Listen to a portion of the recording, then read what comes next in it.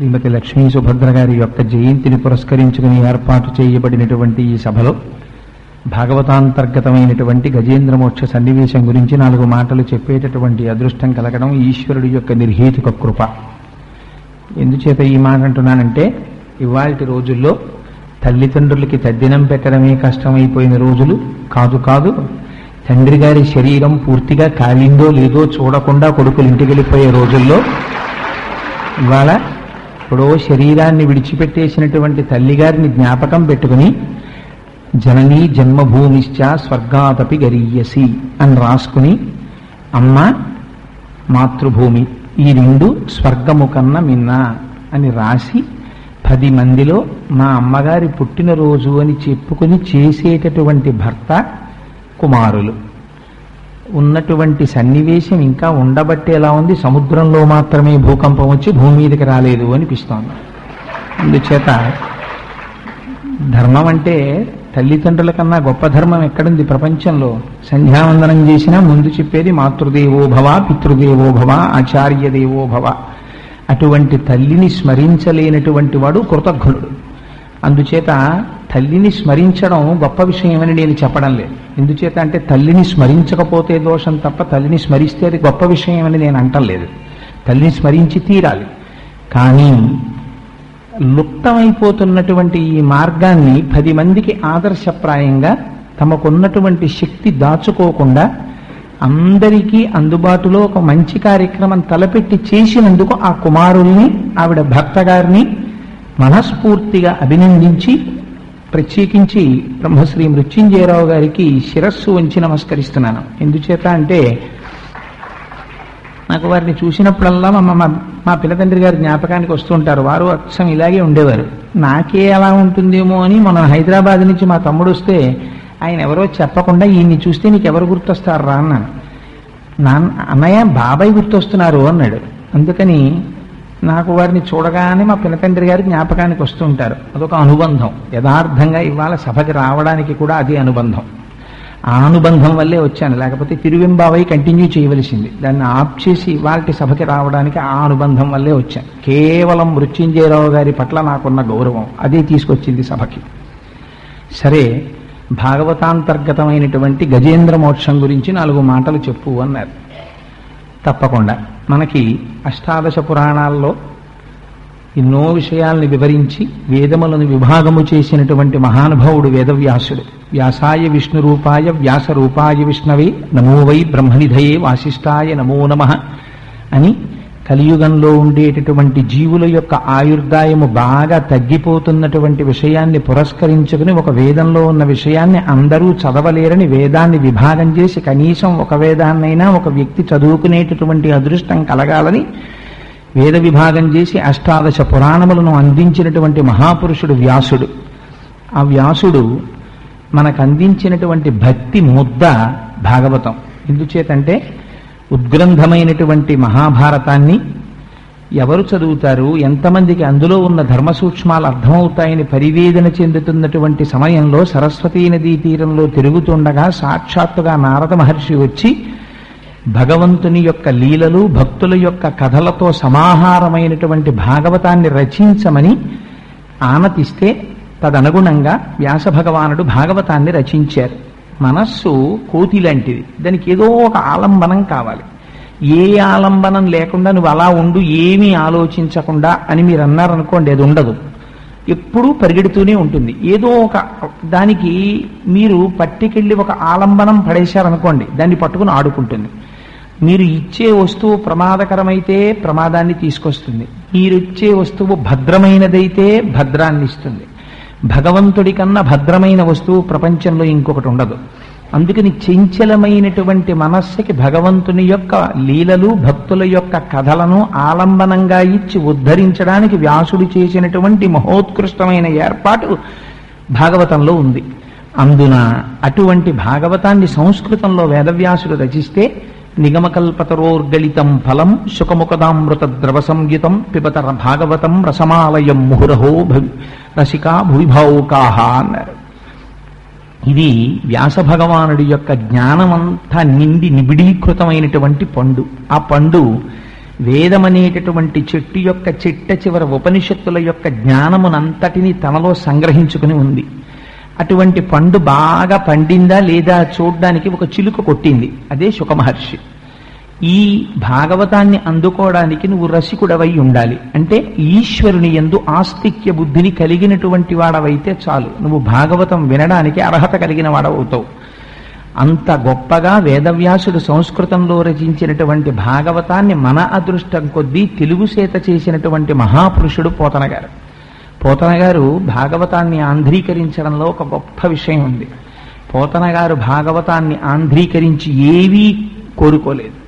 ఒక స్థితిలో ఈ ఆంధ్రీకరింపబడినటువంటి భాగవతాన్ని రాజులకి నువ్వు కానీ ఇచ్చినట్లయితే దానివల్ల నువ్వు అపారమైన ప్రయోజనాన్ని పొందుతావు అని చెప్పినప్పటికీ అలా ఇవ్వకముందే ఆయనకి కాటుక కంటి నీరు చనుకట్టు పయింపడా అని కాటుక కంటి నీరు కారుతూ సరస్వతీదేవి దర్శనమైంది.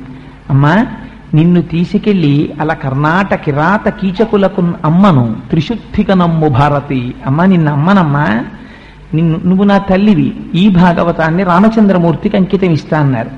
ఎంత వినయ విధేయతలతో చెప్పారంటే, పలికెడిది భాగవతమట, పలికించు విభుండు రామభద్రుండట, నే పలికిన భవహరమగునట, పలికెద వీరుండు గాథ పలుకగనేలా అన్నారు. పలికెడివాణ్ణి నేనా? నేను కాదు, లోపల నుండి రామచంద్రమూర్తి భాగవతాన్ని పలికించి నన్ను ధన్యుణ్ణి చేస్తున్నారు. అందుకని ఇంకొక కథ ఎందుకు, నేను భాగవతమే చెప్పుకుంటానన్నారు. అంత కష్టపడి 12 స్కందములతో కూడినటువంటి భాగవతాన్ని ఎందుకు ఆంధ్రీకరిస్తున్నావు అని అడిగితే మహానుభావుడు చెప్పుకున్నాడు. శ్రీకైవల్య పదంబు చేరుటకునై చింతించదన్ లోకరక్షైకారంభకు భక్తపాలన కళా సంరంభకున్ దానవోద్రేక స్తంభకు కేళిలోల విలస దృగ్జాల సంభూత నానా కంజాత భవాంట కుంభకు మహానందాంగన ఢింబకున్నని చెప్పారు. నాకు దీని మీద కోరికలు, ఏదో ఐశ్వర్యం సంపాదించాలనో, సన్మానాలు పొందాలనో, బిరుదులు పొందాలనో నాకేం కోరికలు లేవు. ఎందుకు చెప్పుకుంటున్నాను భాగవతం, ఎందుకు ఆంధ్రీకరిస్తున్నాను? శ్రీకైవల్య పదంబు చేరుటకునై పునరావృత్తి రహితమైనటువంటి శాశ్వత శివ సాయుధ్యమును పొందుట కొరకు నేను ఈ భాగవతాన్ని ఆంధ్రీకరిస్తున్నాను, ఈశ్వరుడి పాదముల ముందు కూర్చుని రచించుకుంటున్నాను అంటూ వారు శివకేశవ భేదం ఎరుగనటువంటి వారు. అందుకని అమ్మలగన్నయమ్మ ముగురమ్మల మూలపుటమ్మ చాలా పెద్దమ్మ సురారులమ్మ కడుపారడి బుచ్చినయమ్మ తన్నులో నమ్మిన వేల్పుటమ్మల మనంబున ఉండెడియమ్మ దుర్గ మాయమ్మ కృపాబ్ధినిచ్చుట మహత్వ కవిత్వ పటుత్వ సంపదల్ అని ఆ దుర్గమ్మని స్తోత్రం చేసి చిత్రమైన మాట ఒకటేశారు. వాలిన భక్తి మెచ్చదన వారిత తాండవకేళికి దయాశాలికి శూలికి శిఖరిజాముఖ పద్మమయూఖ మాలికి అని బాలశిశాంఖమౌలికి కపాలికి మన్మథ గర్వ పర్వతోన్మూలికి నారదాది మునిముఖ్య మనస్సరసీరుహాళికిన్ అని 9 లికారాలతో పద్యాన్ని వేశారు. 9 లికారాలతో లింగస్వరూపాన్ని సూచిస్తూ శివుణ్ణి స్తోత్రం చేసి వాలిన భక్తి నేను స్తోత్రం చేస్తున్నానన్నారు. వాలిన భక్తి అంటే భక్తి వాలుతుందా ఎక్కడైనా? వాలిన భక్తి అంటే పోతనగారి దృష్టిలో భక్తి వాలడం కాదు. మనం సాష్టాంగ నమస్కారం చేసేటప్పుడు శరీరాన్ని భూమి మీద తగిలేటట్టుగా పడి నమస్కారం చేస్తాం. అలా పడి శరణాగతి చేసి నమస్కారం చేయడమే వాలిన భక్తి. నేను వాలిన భక్తితో స్తోత్రం చేస్తున్నానని పరమశివుణ్ణి ప్రార్థన చేశారు. శివానుగ్రహం లేకుండా ఎవరికి మాత్రం వాక్కు కాని కవిత్వ శక్తి కాని వస్తుంది? ఆ శివానుగ్రహం, అమ్మవారి అనుగ్రహం. మహానుభావుడు అంతటి భాగవతాన్ని ఆంధ్రీకరించగలిగారు. పోతన గారి గురించి ఒక మాట చెప్తారు. గంటమో చేతిలోది ములుగర్రయో చేసెడిది పద్యమో లేక సేజ్యమో మంచెయందు కూర్చుంటివో మంచమందో లేకపోతే కవివో గడితేరిన కర్షకుండవో రెంటికి చాలియుంటి ఉసుమి కలమా హలమా నీకు ఇది ప్రియంబగున్ అని అడిగారు. అయ్యా పోతన్నా, ఇక్కడ నువ్వు పొలంలో కూర్చున్నావా, ఇంట్లో కూర్చున్నావా? ఇంట్లో ఒక పీఠం మీద కూర్చున్నావా, ఇక్కడ మంచం మీద కూర్చున్నావా? నీకు పద్యం అల్లడం ఇష్టమా, వ్యవసాయం చేయడం ఇష్టమా, కలం పట్టుకోవడం ఇష్టమా, హలం పట్టుకోవడం ఇష్టమా? ఎంత చిత్రమయ్యా! కాయలు కాచిపోయినవిలే అరచేతులు వ్రతఘంటపున్ రాపిడి చేతను కరకు నాగలి మేడిని పట్టి సేద్యముం చేయుట చేతను కవి కృషీవల నీ వ్యవసాయ దీక్ష కాహాయని ఇంతలేసి కనుల అప్పక చూసిరిలే దివౌకసుల్. నీ చేతులు కాయలు కాసిపోయాయా పోతన? ఆ గంటం పట్టుకుని భాగవతాన్ని ఆంధ్రీకరించడం వల్ల, నాగలి పట్టుకుని పొలాన్ని దున్నడం వల్ల, దీనివల్ల కాయలు కాసిపోయాయి అని అడిగారు. అంత భక్తితో మహానుభావుడు ఆంధ్రీకరించారు. అన్ని భాగవతంలో ఒకెత్తు, గజేంద్ర మోక్షం ఒక్కటి ఒకెత్తు. భాగవతంలో అష్టమ స్కంధంలో గజేంద్ర మోక్ష కథ ప్రారంభంలోనే వస్తుంది. ఎన్నో కథలు చెప్పారు వ్యాసుల వారు, వాటన్నిటినీ ఆంధ్రీకరించారు పోతన గారు. కానీ గజేంద్ర మోక్షం దగ్గరికి వచ్చేటప్పటికి మాత్రం కొన్ని చిత్రమైన సన్నివేశాలు జరిగాయి. యథాతథంగా ఆంధ్రీకరించలేదు, స్వేచ్ఛానువాదం చేశారు. కొన్ని విషయాల్లో వ్యాసుల వారు మూలంలో చెప్పినటువంటి విషయాల కన్నా కూడా స్వేచ్ఛగా కొంచెం ముందుకు వెళ్ళి పోతన గారు ఆంధ్రీకరించారు. మన తెలుగువాడు కావడం నిజంగా మహానుభావుడు ఎంత దర్శనం చేశారో ఆయా లేకపోతే ఇప్పుడు మళ్ళీ కథలో ఎక్కడో అక్కడికి వెళ్ళి మళ్ళీ ప్రారంభం చేయడం అంటే ఇబ్బందిగా ఉంటుంది. సందర్భాలు ఎక్కడొచ్చాయో అక్కడ వాటిని సూచించే ప్రయత్నం చేస్తాను. ఎన్నో కథలు పారాయణ యోగ్యత ఎందుకు ఇచ్చారు అంటే, మనం అనుకుంటాం గదిలో ఓ ఏనుగు నీళ్లల్లోకి వెళ్ళింది, ఓ మొసలొచ్చి పట్టుకుంది, పట్టుకుంటే ప్రార్థన చేసింది, శ్రీ మహావిష్ణువు వచ్చారు, మొసలి తలకాయ తరిగేశారు.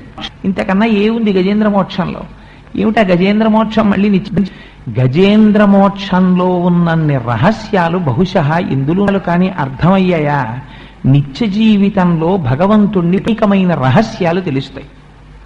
మన జీవితం ఏమిటో అందమైన క్యాన్వాస్ మీద పైకి కనపడకుండా లోపల రహస్యాలన్నింటినీ ఆవిష్కరిస్తూ మనిషి యొక్క జీవితాన్ని ఒక్కసారి తెర మీద చూపిస్తారు పోతన గారు. ఆయనకి చిత్రీకరించడంలో పోతన గారికి చెల్లింది. కానీ నేను వ్యక్తిగతంగా పోతన గారి పద్యం ఎక్కువగా ఆంధ్ర భాగవతంలోంచి చెప్పడానికే ప్రయత్నం చేస్తాను. అష్టమ అంటారు, నీరాట వనాటములకు పోరాటము ఎట్లు కలిగి. ఇది ఒక చిత్రమైన ప్రశ్న. అసలు ఆ ప్రశ్న వేయడమే. నీరాట వనాటములకు పోరాటము ఎట్లు కలిగి. నీళ్లలో ఉండేటటు మొసలి, భూమి మీద ఉండేటటువంటి జీవి ఏనుగు. ఈ యుద్ధం రావడానికి అవకాశం లేదు. ఎందుకనంటే భూమి మీద తిరిగేటటువంటి ప్రాణికి భూమి, మొసలికి నీటిలో ఉండే ప్రాణులతో యుద్ధం రావచ్చు. కానీ కలిగి పురుషోత్తముచే ఆరాటమిట్లు మానెను ఘోరాట విలోని భద్రమున కోసమని ఎన్నో ప్రాణులుంటాయి. ఒక చిరుతపులు ఉంటుంది, అది తరుముకుంటూ వెళ్ళి అది వేటాడి ఒక అడవి పందిని చంపేస్తుంది. సామాన్యమైన విషయం. ప్రపంచంలో ఒక ప్రాణిని, బలమైన ప్రాణి చంపి తినడం అనేటటువంటిది అందున అరణ్యంలో జరిగేటటువంటి విషయం. ఎందుకంటే అక్కడ ఉండేటటువంటివన్నీ కదా, అక్కడ యుక్తాయుక్త విచక్షణ చెయ్యడానికి, బుద్ధితో నిర్ణయించడానికి, భక్తితో జీవనం. అందుకని తనకన్నా బలం తక్కువ ఉన్న ప్రాణిని హింసించి సంహరించి తింటాయి. అలాగే ఏనుగు చిక్కితే ఆ ఏనుగుని చంపి తినడం మొసలి యొక్క ధర్మం. అది తింటుంది. ప్రాణులు శరీరాన్ని విడిచిపెడుతున్నాయి. భూమి మీద మనుష్య ప్రాణం విడిచిపెట్టేటప్పుడు శ్రీ మహావిష్ణువుని ప్రార్థన చేసిన వాడు ఎవడు కనపడ్డే? మరి అటువంటిది ఒక ఏనుగుని మొసలి పట్టుకుంటే ఏనుగు శ్రీ మహావిష్ణువు ఏమిటి? ప్రార్థన చేస్తే దానికి శ్రీ మహావిష్ణువు రావాలా? ఆయన రావడం ఎందుకు? లేడా ఆ మొసలి యొక్క కంఠాన్ని? లేదు. అక్కడ నుంచి ఒక్క సంకల్పం చేస్తే మొసలి మరణించదా? పోనీ అందరి భక్తుల కోసం వచ్చినట్టుగానే ఆయన కూడా గరుత్మంతుణ్ణి అధిరోహించి రాకూడదా? ఒక్క గజేంద్ర మోక్ష సన్నివేశంలో మాత్రం అసలు వెనకాతల వస్తున్నటువంటి లక్ష్మీదేవి యొక్క ఉనికిని కూడా పట్టించుకోనంతగా భక్తుడి యొక్క ఆరాటమును తీర్చడం కోసమని తనని తాను మరిచి పరిగెత్తుకు రావలసినంత ఉత్కంఠతో కూడినటువంటి సన్నివేశం ఎందువల్ల ఏర్పడింది?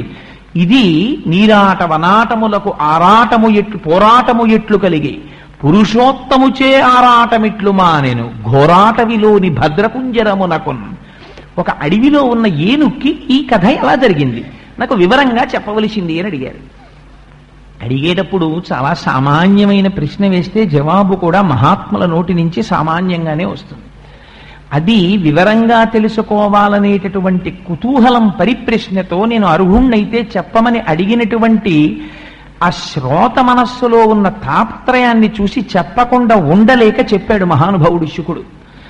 ఆయన అన్నారు, ఆయన పూర్వకాలంలో పాలసముద్రంలో త్రికూటాచలం అనేటటువంటి ఒక బ్రహ్మాండమైన పర్వతం ఉండేది. దానికి ఆ త్రికూటాచల పర్వతం 10,000 యోజనముల పొడుగు, 10,000 యోజనముల వెడల్పు, 10,000 యోజనముల ఎత్తు. ఆ త్రికూటాచలానికి 3 శిఖరాలు ఉండేవి. ఒకటి బంగారు శిఖరము, ఒకటి వెండి శిఖరము, ఒకటి ఇనుప శిఖరము. 3 శిఖరములతో ఆ పర్వతం అలరారుతుండేది. అటువంటి పర్వతం మీద అనేకమైనటువంటి ప్రాణులు ఆ అరణ్యంలో సంచరిస్తుండేవి. ఎంత గొప్పగా వర్ణించారంటే, ఆ అడవిలోట చెట్లకి పళ్ళు తమంత తాము పండిపోయి ఉండిపోతే చిలుకలు తమ ముక్కులతో కొరికేవిట. కొరికితే ఆ పళ్ళల్లోంచి కారిపోయినటువంటి రసము ఏరులై ప్రవహిస్తుండేదిట. అరణ్యంలో లేని పుష్పం లేదు. అన్ని రకాలైనటువంటి పువ్వులు, అన్ని రకాలైనటువంటి కాయలు, అన్ని రకాల పళ్ళు, అన్ని రకాల చెట్లు. ఆశ్చర్యం ఏమిటంటే, మీకు ఎప్పుడైనా ఎక్కడైనా ఒక అరణ్యాన్ని చెప్తే ఆ అరణ్యంలో చాలా గొప్ప ప్రాణిగా చెప్పబడేటటువంటిది సింహం. కానీ గజేంద్ర మోక్షంలోకి వచ్చేటప్పటికీ వ్యాసుల వారు చేసినటువంటి చిత్రం ఏమిటంటే, సింహం గొప్పదని చెప్పలేదు. అడవికి రాజు సింహం. సింహం గొప్పదని లేదు. అక్కడ అనేకమైన ప్రాణులున్నాయి, కానీ ఏనుగులు గొప్పవయ్యా అక్కడ ఉన్న వాటిల్లో అన్నారు. ఎందుకండి ఆ అడవిలో ఉన్నటువంటి ఏనుగులకి ఎందుకంత గొప్పతనం వచ్చింది అన్నారు.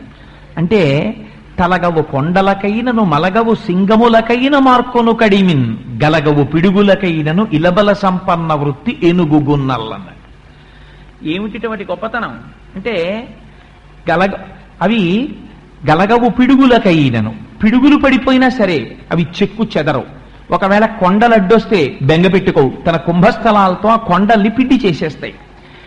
అటువంటివి ఏ జంతువు కనపడ్డా సరే ఆ జంతువుల్ని బెదిరిస్తాయి. ఎంత దూరం చెప్పారంటే, గుహలలోంచి ఆ ఏనుగులు బయలుదేరి బయటికి వస్తూ ఉంటే చీకట్ల గుంపులు బయటికి వస్తున్నాయేమో సూర్యాస్తమయం అయిపోయిన తర్వాత అనిపించేదిటే. భయంకరమైనటువంటి ఏనుగులు. ఆ ఏనుగులు అవి కొన్ని ఏనుగులి ఒక అధినాథుడు ఉండేవాడు. ఈ అధినాథుడైనటువంటి ఇన్ని లక్షల కోట్ల భార్యలతో కలిసి ఎంతో ఆ గడిపేస్తున్నటువంటి ఏనుగులన్నీ సంతోషంగా తిరుగుతున్నాయంటే, మీకు సృష్టికి వ్యతిరేకమైనటువంటి రీతిలో మనం అర్థం చేసుకోవలసినటువంటి రహస్యం. పంబులు పొదరిండ్లలో దూరు ఘోరభల్లూకముల్ గుహల సొచ్చు, భూదారములు నేల బొరియలలో దాగు హరిదంతములకేగు హరిణ చెయ్యి, మశసంఘంబులు మడుగులలో సొచ్చు అని ఎంత చిత్రమైనటువంటి విషయాలో చూడండి. వాళ్ళని మింగికెగయ్యు వెరచి చామరీ మృగంబులు వీచు వాలము వాయ భయద పరిహేల విహరించు భద్ర సోకిన మాత్రాన జాలినుంది అన్నారు. ఏనుగులు వస్తుంటే పారిపోయినవేమిటిట. అక్కడ పులుల సరిండ్లలో దూరు, పులులు గుంపులు గుంపులుగా పారిపోయేవిట ఏనుగుల్ని చూసి. అలా పులులు పారిపోవడం ఒక ఎత్తు, ఘోరభల్లూకములు వంటి స్వరూపము కలిగినటువంటి భల్లూకములు గుహలలోకి పోతుండేవిట. అడవి పందులు భూమి యొక్క గోతుల్లో దాక్కుంటూ ఉండేవి. హరిదంతములకే గుహరిన చెయ్యము, దిక్కుల యొక్క చివర్లు ఎంత పోతుండేవిట లేళ్లు ఈ ఏనుగుల్ని చూస్తే. ఇంకా చిత్రం ఏమిటంటే, మహిష సంఘంబులు మడుగులలో సొచ్చు, నీటి మడుగుల్లోకి ఈ దున్నపోతులన్నీ వెళ్లి దూరి పడుకునేవిట ఏనుగుల్ని చూస్తే అంత భయపడిపోయి. ఆ గండశైలంబుల కపుల ప్రాకు పెద్ద పెద్ద శిలలుంటే వాటి కూర్చునేవిట భయపడి కోతులన్నీ. వాల్మీకముల సొచ్చు వనభుండి ఆ బొర్రుల్లోకి దాక్కుని వాల్మీకములలోకి పుట్ట నెమళ్ళు ఆకాశంలోకి ఎగిరిపోయేవిట. అందులో మీరు ఎర్రసిరాతో అండర్లైన్ చెయ్యవలసిన పదం వెరచి చామరీ మృగంబు నామరముల విహరణ శ్రమమువాయ. ఎందుకుట? భయద పరిహేల విహరించు భద్రకరుల గాలిసోకిన మాత్రం. ఎవరికి చేస్తాం ఈ సేవ? పూజంతా అయిపోయిన తర్వాత రాజోపచారం చేసేప్పుడు భగవంతుడి దగ్గరికి వెళ్ళి చామరం వీజయామి అని వెంట్రుకలతో చేయబడినటువంటి పరికరాన్ని చేతిలో పట్టుకుని మృగం వెంట్రుకలతో చేయబడినటువంటి చామరాన్ని వేస్తే చామరీ మృగాలు తమ తోకలతో వెళ్లి ఏనుగులకి విసిరేవిట. ఎందుకని? సోకితే అలసట తీరుతుంది. వాటికి ఏ గాలి సోకితే ఈ గాలి విసిరేవిట. భయద పరిహేల విహరించు భద్రకరుల, దాన్ని భయపెడుతూ తిరిగేటటువంటి ఏనుగుల యొక్క గుంపుల్ని చూసి వాటి గాలి తగిలితే చాలు, అమ్మో మీ అలసట తీరడానికి మేము మా తోకలతో విసురుతామని చామరీ మృగాలు వెళ్ళి విసిరేవిట. అంత భయంకరమైన ఏనుగులు గుంపులయ్యా. ఒక్క మాట చెప్తాను విను.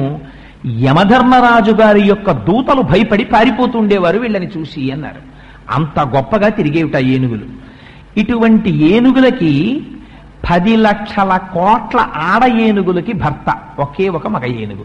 ఎంత చిత్రమో చూడండి. ఆయన భార్యల సంఖ్య 10 లక్షల కోట్ల ఆడ ఏనుగులు. అన్ని ఏనుగులకి భర్త అయినటువంటి ఒక ఏనుగు అపారమైన టీవీతో తిరుగుతుండేవాడు. ఆయన ఒకనాడు తన భార్యలతో కలిసి తిరుగుతూ ఉండగా ఏదో చెట్ల యొక్క నీడ పట్టున తిరుగుతున్నాడు. ఎంతో సంతోషంగా కాలం గడుపుతున్నాడు. కానీ అలా కాలం గడుపుతున్నటువంటి సమయంలో అనుకోకుండా ఒక ఉపద్రవం వచ్చింది. దారి తప్పాడు అన్నారు పోతన గారు. దారి ఎందుకు తప్పాడన్నారు? అపారమైన దాహం వేసింది. కానీ తాగుదామంటే నీళ్లు కనపడలేదు. ఎందుకని? ప్రతిరోజు అలవాటు ఉన్న దగ్గరికి వెళ్ళి నీళ్లు తాగేటటువంటి సరోవరం ఎక్కడుందో ఆ సరోవరం దగ్గరికి వెళ్ళేటటువంటి దారిని విడిచిపెట్టి ఇవాళ కొత్త దారిలోకి వెళ్ళాడు. వెళ్లడంలో అలసట కలిగింది. ఆ నీటిని వెతుక్కుంటూ నీటి మించి గాలి ఎటొస్తోందో అటువైపుకి ప్రయాణం చేశాడు. ప్రయాణం చేసి వెళ్ళాడు. వెళ్ళి ఒక గొప్ప సరోవరం ఒకటి కనపడింది. ఆ సరోవరంలోకి దిగాడు. నీరు త్రాగవలసిన వాడు ఎక్కడ నిలబడి నీరు త్రాగాలి? నాకు దాహం వేసింది అనుకోండి, ఓవర్ హెడ్ వాటర్ ట్యాంక్లో దూకనగా ఏం చేస్తాను? లేకపోతే కాకినాడలో కొళాయి చెరువులోకి వెళ్ళి దూకుతానని దాహం వేస్తే ఓ గ్లాసుడు నీళ్లు తీసుకుని తాగుతాను. అంతేగాని బిందెత్తి నోట్లో పోసుకోం కదా. దాహం వేసిన వాడు ఒడ్డున నిలద్రం వచ్చి ఉండేది కాదు. కానీ ఆయన అలా చెయ్యలేదు. ఆ ఏనుగు ఒక పెద్ద సరోవరాన్ని చూశాడు. అదెంతటి సరోవరం అంటే మీద గండు తుమ్మెదలు వాలి అందులో ఉన్న రసాన్ని ఆఘ్రాణిస్తం చేస్తున్నాయి. తుమ్మెదల యొక్క ఝంకారం వినపడుతోంది. అందులో ఉన్నటువంటి పుప్పొడి నీళ్లలో పడింది. ఆ ఒడ్డున చూస్తే ఒడ్డున పెరిగినటువంటి సువాసన ముక్కుపుటాల్ని గుబాళింప చేస్తోంది. నీరు తాగాడు. తాగినవాడు ఏం చెయ్యాలి? గట్టెక్కి పైకొచ్చేయాలి. కానీ రాలేదు. తుండంబుల పూరించుచు గండంబుల చల్లుకొనుచు గలగల రవముల్ మెండుకొన వలద కడపుల నిండన్ వేదండ కోటి నీటిని త్రాగేన్. ఉండేటటువంటి పద్మాలనన్నింటినీ తన కాళ్ల కింద వేసి తవులు ఎండ్రకాయలు అన్ని మరణిస్తున్నాయి. ఆ నీటిని తీస్తున్నాడు. ఏనుగులన్నింటి మీద జల్లుతున్నాడు. ఆ ఏనుగులు కూడా సంతోషపడిపోతున్నాయి. చుట్టూ ఉన్న ఆడ ఏనుగులు ఏం చేస్తున్నాయో పోతన గారు చాలా చిత్ర ఏనుగులు అక్కడ ఉన్నటువంటి తామర పువ్వుల్ని తీసి ఆ మగ ఏనుగు మిగిలిన వాళ్ళు అనుకున్నారట వీళ్ళు తామర పువ్వులలో ఉన్న పుప్పొడి తీసి మగ ఏనుగు మీద చల్లారట. ఇంకొంతమంది అనుకుని ఏం గొప్ప అని తామర పువ్వుకుండేటటువంటి నాళాలని ఉన్నట్టుగా మగ ఏనుగు మీద అలంకారం చేశారట. మరికొంతమంది ఆ నదిలో ఆ సరోవరంలో ఉండేటటువంటి ముచ్చుకు చిప్పల్ని తీసి ఆ మగ ఏనుగుకి చుట్టూ చేరి ఇంతగా తన్ని మురిపిస్తుంటే పొంగిపోతున్నాడు. ఇది గజేంద్ర మోక్షానికి ప్రారంభం కింద. ఇదే మన జీవితంలో మనం జ్ఞాపకం పెట్టుదని చేసిన దాని పేరు మాత్రం గజేంద్ర మోక్షం. అక్షరాల్ని కొంచెం అటు ఇటు మార్చండి. జగము. జగము అంటే జాయతే గచ్చతే ఇది జగత్. వచ్చి వెళ్ళిపోయేది ఏదుందో దాన్ని జగమని పిలుస్తారు. మనం అందరం జగములోకే వస్తాం. ఎందుకు? అంధుల క్రియన్ సంసార సంచారులు ఒత్తురు కూడి యొక్క అని పోతన గారు భాగవతంలో నివేంద్రంలోకి వెళ్ళి నీళ్లు తాగేవాడు ఎలా వస్తాడో అలా వస్తాడు. తీర్చుకుంటారు. దాహం తీర్చుకున్న తర్వాత వాడి మార్గాన వాడు వెళ్ళిపోతాడు, వీడి మార్గాన వెళ్ళిపోతాడు. అలా సంసార సంచారులు ఒత్తురు కూడి విత్తురు సదా సంగంబులేదొక్కచో సూరిల్పోయిడి త్రోవ పోయను భేటికి అని అడుగుతాడు హిరణ్యాక్షుడు చచ్చిపోయినప్పుడు. సరే, అందుచేత గజేంద్ర మోక్షం. జగము గజము. గజము పాలసముద్రంలో ఉన్నాం. పాలసముద్రం ఏది? భగవంతుని యొక్క స్వరూపమే పాలసముద్రం. శుద్ధ సత్వగుణంతో కూడుకున్నటువంటి ఆత్మ చైతన్యం పాలసముద్రం ఇక్కడుంది. ఈ పాలసముద్రంలో ఏముంది? త్రికూటాచలం ఉంది. ఏది త్రికూటాచలం అంటే ఈ శరీరమే త్రికూటాచలం. దీనికి త్రికూటాచలం అని పేరెందుకు? ఇది 3 రకాలైనటువంటి పర్వతాలతో ఉంటుంది. స్థూల, సూక్ష్మ, కారణ అని 3 శరీరాలు ఉంటాయి. దీనికి 3 అవస్థలు ఉంటాయి. జాగృత్, స్వప్న, సుషుప్తి. పగలంతా ఇంద్రియాలు పనిచేస్తే జాగ్రత్త. ఇంద్రియాలు పని చెయ్యకుండా మనస్సులోకి వెళ్ళిపోయి స్వప్నావస్థ మనం నిద్రపోతే స్వప్నం. ఆ మనస్సు కూడా ఆత్మలోకి వెళ్ళిపోయి తమోగుణ భూయిష్ఠులమైపోయి తమోగుణంతో ఏమీ తెలియని గాఢ నిద్రలోకి వెళ్ళిపోతే కారణ శరీరంతో ఉంటాం కాబట్టి ఆ సమయంలో 3వ అవస్థ సుషుప్తి. అందుకని ఎన్ని సంవత్సరాలు బ్రతకండి ఏమిటుంటుంది? ఈ 3 ఉంటాయి. జాగృత్, స్వప్న, సుషుప్తి. స్థూల, సూక్ష్మ, కారణ 3 శరీరాలతో తిరుగుతూ ఉంటాడు. అందుకని ఎక్కడుంది ఇప్పుడు త్రికూటాచలం? ఇక్కడే ఉంది. ఇదే త్రికూటాచలం.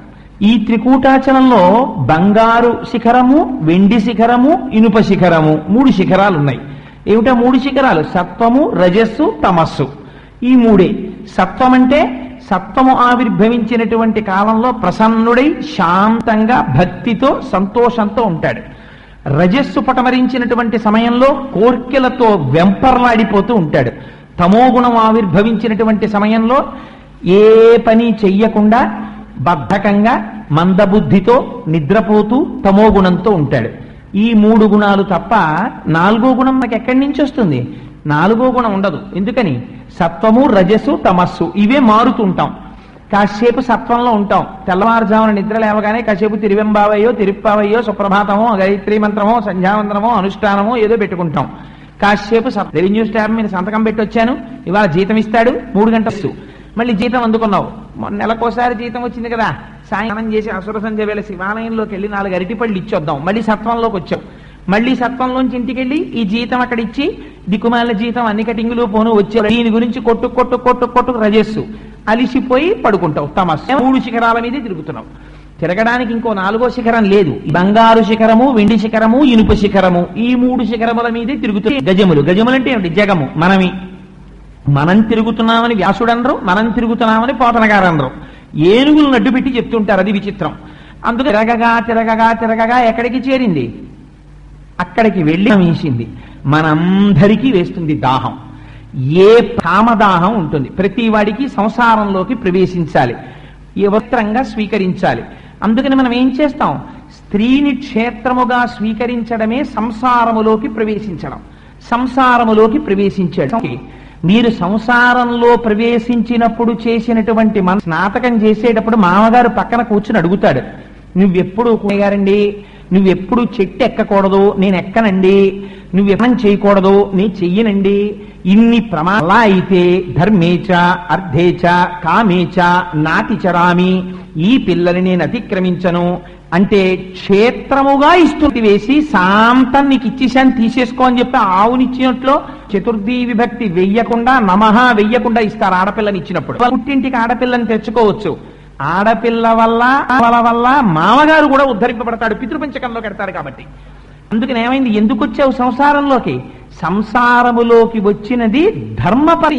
ఆవిడతో కలిసి సహధర్మచారిణిగా ఆవిడ చెయ్యి పట్టుకొని నిన్ను ఉంచాలి. ఇందుకోసమని నువ్వు సంసారంలోకి ప్రవేశించావు. వివాహ సమయంలో చెప్పినటువంటి మంత్రాలు వేరు.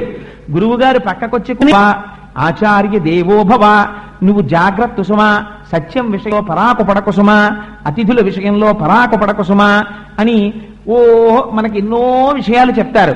అన్నింటికీ మనం నమస్కారం పెట్టి అలాగే గురువులో. కానీ చేసే పని ఏమిటి? ఫోన్ వచ్చి మనకి ఇష్టం లేనటువంటి వాడు అతిథిగా వస్తున్నానంటే, అయ్యో మేము ఇప్పుడే బయలుదేరిపోతున్నామండి, మీరు ఏమనుకోకండి, నెక్స్ట్ టైం వచ్చినప్పుడు మా ఇంటికి రండి అంటాం. వాడు ఎలాగో రాడు, వచ్చినా మనం దొరకమే. అందుకని ఏమైంది? ఇవన్నీ ప్రమదితవ్యం, నీ బుద్ధి పరాకుపడ నీకు అని గురువు గారు చెప్తున్నారు. నీకు భార్యనిచ్చింది ఎందుకు? ధర్మపత్నితో కలిసి అతిథి అభ్యాగతుల్ని ఆదరించడానికి, ఆదరించి నిన్ను నువ్వు ఉద్ధరించుకోవడానికి. ఇది ఏనుగు దారి తప్పింది. ఎక్కడ దారి తప్పింది? భార్యలతో కలిసి ధర్మమునందు చెరించడం మానింది. మాని ఎందులోకి ప్రవేశించింది? తను ప్రవేశించిన దాహాన్ని తీర్చుకొని ధర్మమునందు నిలబడవలసినటువంటి ఏనుగు అంటే మనము దాన్ని విస్మరించి కేవలము కామోపభోగమునకు మాత్రమే సంసారము, స్వార్థమునకు మాత్రమే సంసారము. సంపాదించేది దేనికి? మా అబ్బాయికి మా అమ్మాయికి. ఇంటికి వచ్చిన వాడికి అన్నం పెట్టడానికి డబ్బు అక్కర్లేదు. తిరుమల వెళ్ళి ఆర్జిత సేవ చేయించుకోవడానికి డబ్బు ఖర్చు పెట్టకూడదు. శ్రీశైలం వెళ్ళి అభిషేకం చేయించుకోవడానికి డబ్బు ఖర్చు పెట్టకూడదు. ఎందుకంటే అవన్నీ ఇప్పుడు రిటైర్ అయిపోయిన తర్వాత చూడొచ్చు. ఎవరో రాసి ఇచ్చినట్టు పత్రం, నువ్వు ఉంటావు రిటైర్ అయిపోయే వరకు. ఏమో రిటైర్మెంటే అయిపోతావో, నీ పాలసీ నీ పిల్లలు పుచ్చుకుంటారో ఎవరికి తెలుసు. అందుకని నిన్ను నువ్వు ఉద్ధరించుకోవడం మానేశావు. మానేసి ఎటువైపుకి తిరిగిపోయింది సంసార మండలం. నీ వారి యందు మాత్రమే నీ దృష్టి పెట్టుకుని ఉండిపోతున్నావు. నీవారన్నవారు ఎంతవరకు? ఇది ఉన్నంత వరకు. త్రికూటాచలం ఉన్నంతసేపే వాళ్ళు. త్రికూటాచలం వెళ్ళిపోతే దీంతో వాళ్ళకి సంబంధం కూడా ఏమీ ఉండదు. వాళ్ళు కూడా నిర్దాక్షిణ్యంగా వెళ్ళిపోతారు. ఒక్కసారి ఇందులోంచి జీవుడు బయటికి వెళ్ళిపోయాడా, దీన్ని పట్టుకుని ఎంత ఏడవనివ్వండి, తనూభవులు అంటే ఈ శరీరంలోంచి వచ్చిన పిల్లలు రానివ్వండి, ఆ శరీరం ఇహ పలకదు, ఒక్క మాట మాట్లాడదు. అటువంటి వారి కోసమని, అటువంటి సంసారము కోసమని, సంసారమును ఆధారం చేసుకుని పరమాత్మని తెలుసుకోవలసిన నువ్వు పరమాత్మని విస్మరించి సంసారమునందు ఉండిపోతున్నావు. ఇది సరోవరం లోపలికి దిగి సరోవరాన్ని ఛిద్రం చేసుకుని ఏం చేసింది, ఖండకావరాన్ని చూసుకుంది. నాకు ఒంట్లో బలం ఉంది, నాకు కావలసినంత ఐశ్వర్యం ఉంది, నేను సంపాదించగలను, నేను ఒకటి మాట వినడమేమిటి, అందుకని మాట వినను. తుండంబుల పూరించుచు గండంబుల చల్లుకొనుచు గలగలరవముల్ మెండుకొన వలద కడుపుల నిండం వేదంట కోటి నీటింత్రాగెన్. తను తినడానికే పనికొస్తాయి, తనే తింటాడు, మిగిలినవన్నీ ఫ్రిడ్జ్లో పెట్టి దాచుకుంటాడు. పులి సంహరించినటువంటి జంతువు యొక్క మాంసం కొంత భాగం తీసుకెళ్లి భూమిలో తీసుకెళ్లి కుళ్ళబెట్టుకున్నట్టు తను ఇంకా మిగిలిపోయినటువంటి పదార్థం ఏమైనా ఉంటే రేపో ఎల్లుండో తినడానికి దాచుకుంటాడు. భవతి భిక్షాందేహని ఇంటి ముందుకు వచ్చినటువంటి వాడి చేతిలో ఒక్క పండు కూడా పెట్టడు. ఈ దాచుకుని నువ్వు పట్టుకెళ్లేదేమీ లేదు. మాకురు ధనజన యవ్వన గర్వం హరతి నిమేషత్కాల సర్వం మాయామయమిదమకిలం హిత్వా బ్రహ్మపదం త్వం ప్రవిశ విదిత్వా అంటారు శంకరులు. నీ కండ కావరం, నువ్వు సంపాదించిన డబ్బు క్షణంలో ఎత్తుకెళ్ళిపోతుంది. కాలస్వరూపంలో పరమేశ్వరుడు తీసుకెళ్లిపోవడానికి సిద్ధంగా ఉన్నాడు. ఎలా తీసుకెళ్లిపోతాడో గజేంద్ర మోక్షం చూపిస్తుంది మనకి. ఒంట్లో ఓపికంది, నా అంతటి వాడెవడు ఇక్కడున్నాడు. అందుకని నేను 10,00,000 కోట్ల కరణీనాథుండనయ్యుండి 10 లక్షల కోట్ల ఏనుగులకి భర్తని, నన్నెవడేమంటాడు, ఇది ధైర్యం. అందుకని నీరు తాగి బయటికి రాలేదు. ఏం చేశాడు, నువ్వు సంసారములో కొంతకాలం ఉండి పుత్రుల్ని కన్న తర్వాత నీ శరీరము జర్జరీభూతమైపోతుండగా ప్రయత్నపూర్వకంగా నీ అంత నీవుగా సంసారమునందు భ్రాంతిని విడిపించుకొని వానప్రస్థమునందు ప్రవేశించాలి భార్యతో కలిసి. కానీ నువ్వు అలా ప్రవేశించలేదు. ఇంకా నీకు కోడలు చేతిలో ఉన్నటువంటి తాళాల మీద భ్రాంతి, కొడుకు తీసుకొస్తున్నటువంటి ఐశ్వర్యం మీద భ్రాంతి. ఇంకా నీ మనస్సు భగవంతుడి వైపుకి వెళ్ళలేదు. వెళ్లకుండా నీ శరీరంలో ఉన్న బలాన్ని దుర్వినియోగం చేసుకోవడమే సంసార మండలంలో ప్రవేశించి నాశనం చేసుకుంటున్న గృహస్థు యొక్క జీవితానికి దర్పణం సరోవరంలో ప్రవేశించినటువంటి ఏనుగు. అందుకని ఏం చేశాడు, ఒంట్లో ఓపికంది, యవ్వనంలో చెయ్యవలసినది ఈశ్వర కైంకర్యం, దాన్ని మానేశాడు. ఇభలోకేంద్రుడు హస్తరంధ్రముల నీరెక్కించి పూరించి చండమర్గంబునకెత్తి నిక్కివడి నుడ్డాడించి పింజింప ఆ రభటిన్ నీరములోన పెల్లగసి నక్రగ్రాహ పాటీనముల్ అభమందాడెడు మీన కర్కటములన్ పట్టెన్ సురల్ మ్రాన్పడం. ఇది ఆ ఏనుగు యొక్క శక్తి అంటే. ఏం చేయగలట, ఇభలోకేంద్రుడు హస్తరంధ్రముల నీరెక్కించి పూరించి. ఎంత గొప్పగా నీటిని లాగాడంటేట కడుపు నిండిపోయింది. ఇప్పుడు కడుపు నిండిపోయింది కాబట్టి సర్రమని మోటార్ లాగినట్టు లాగాడు లోపలికి. లాగి ఆ తుండాన్ని పైకెత్తాడు. పైకెత్తి ఈ నీటిని ఆకాశంలోకి చిమ్మాడు.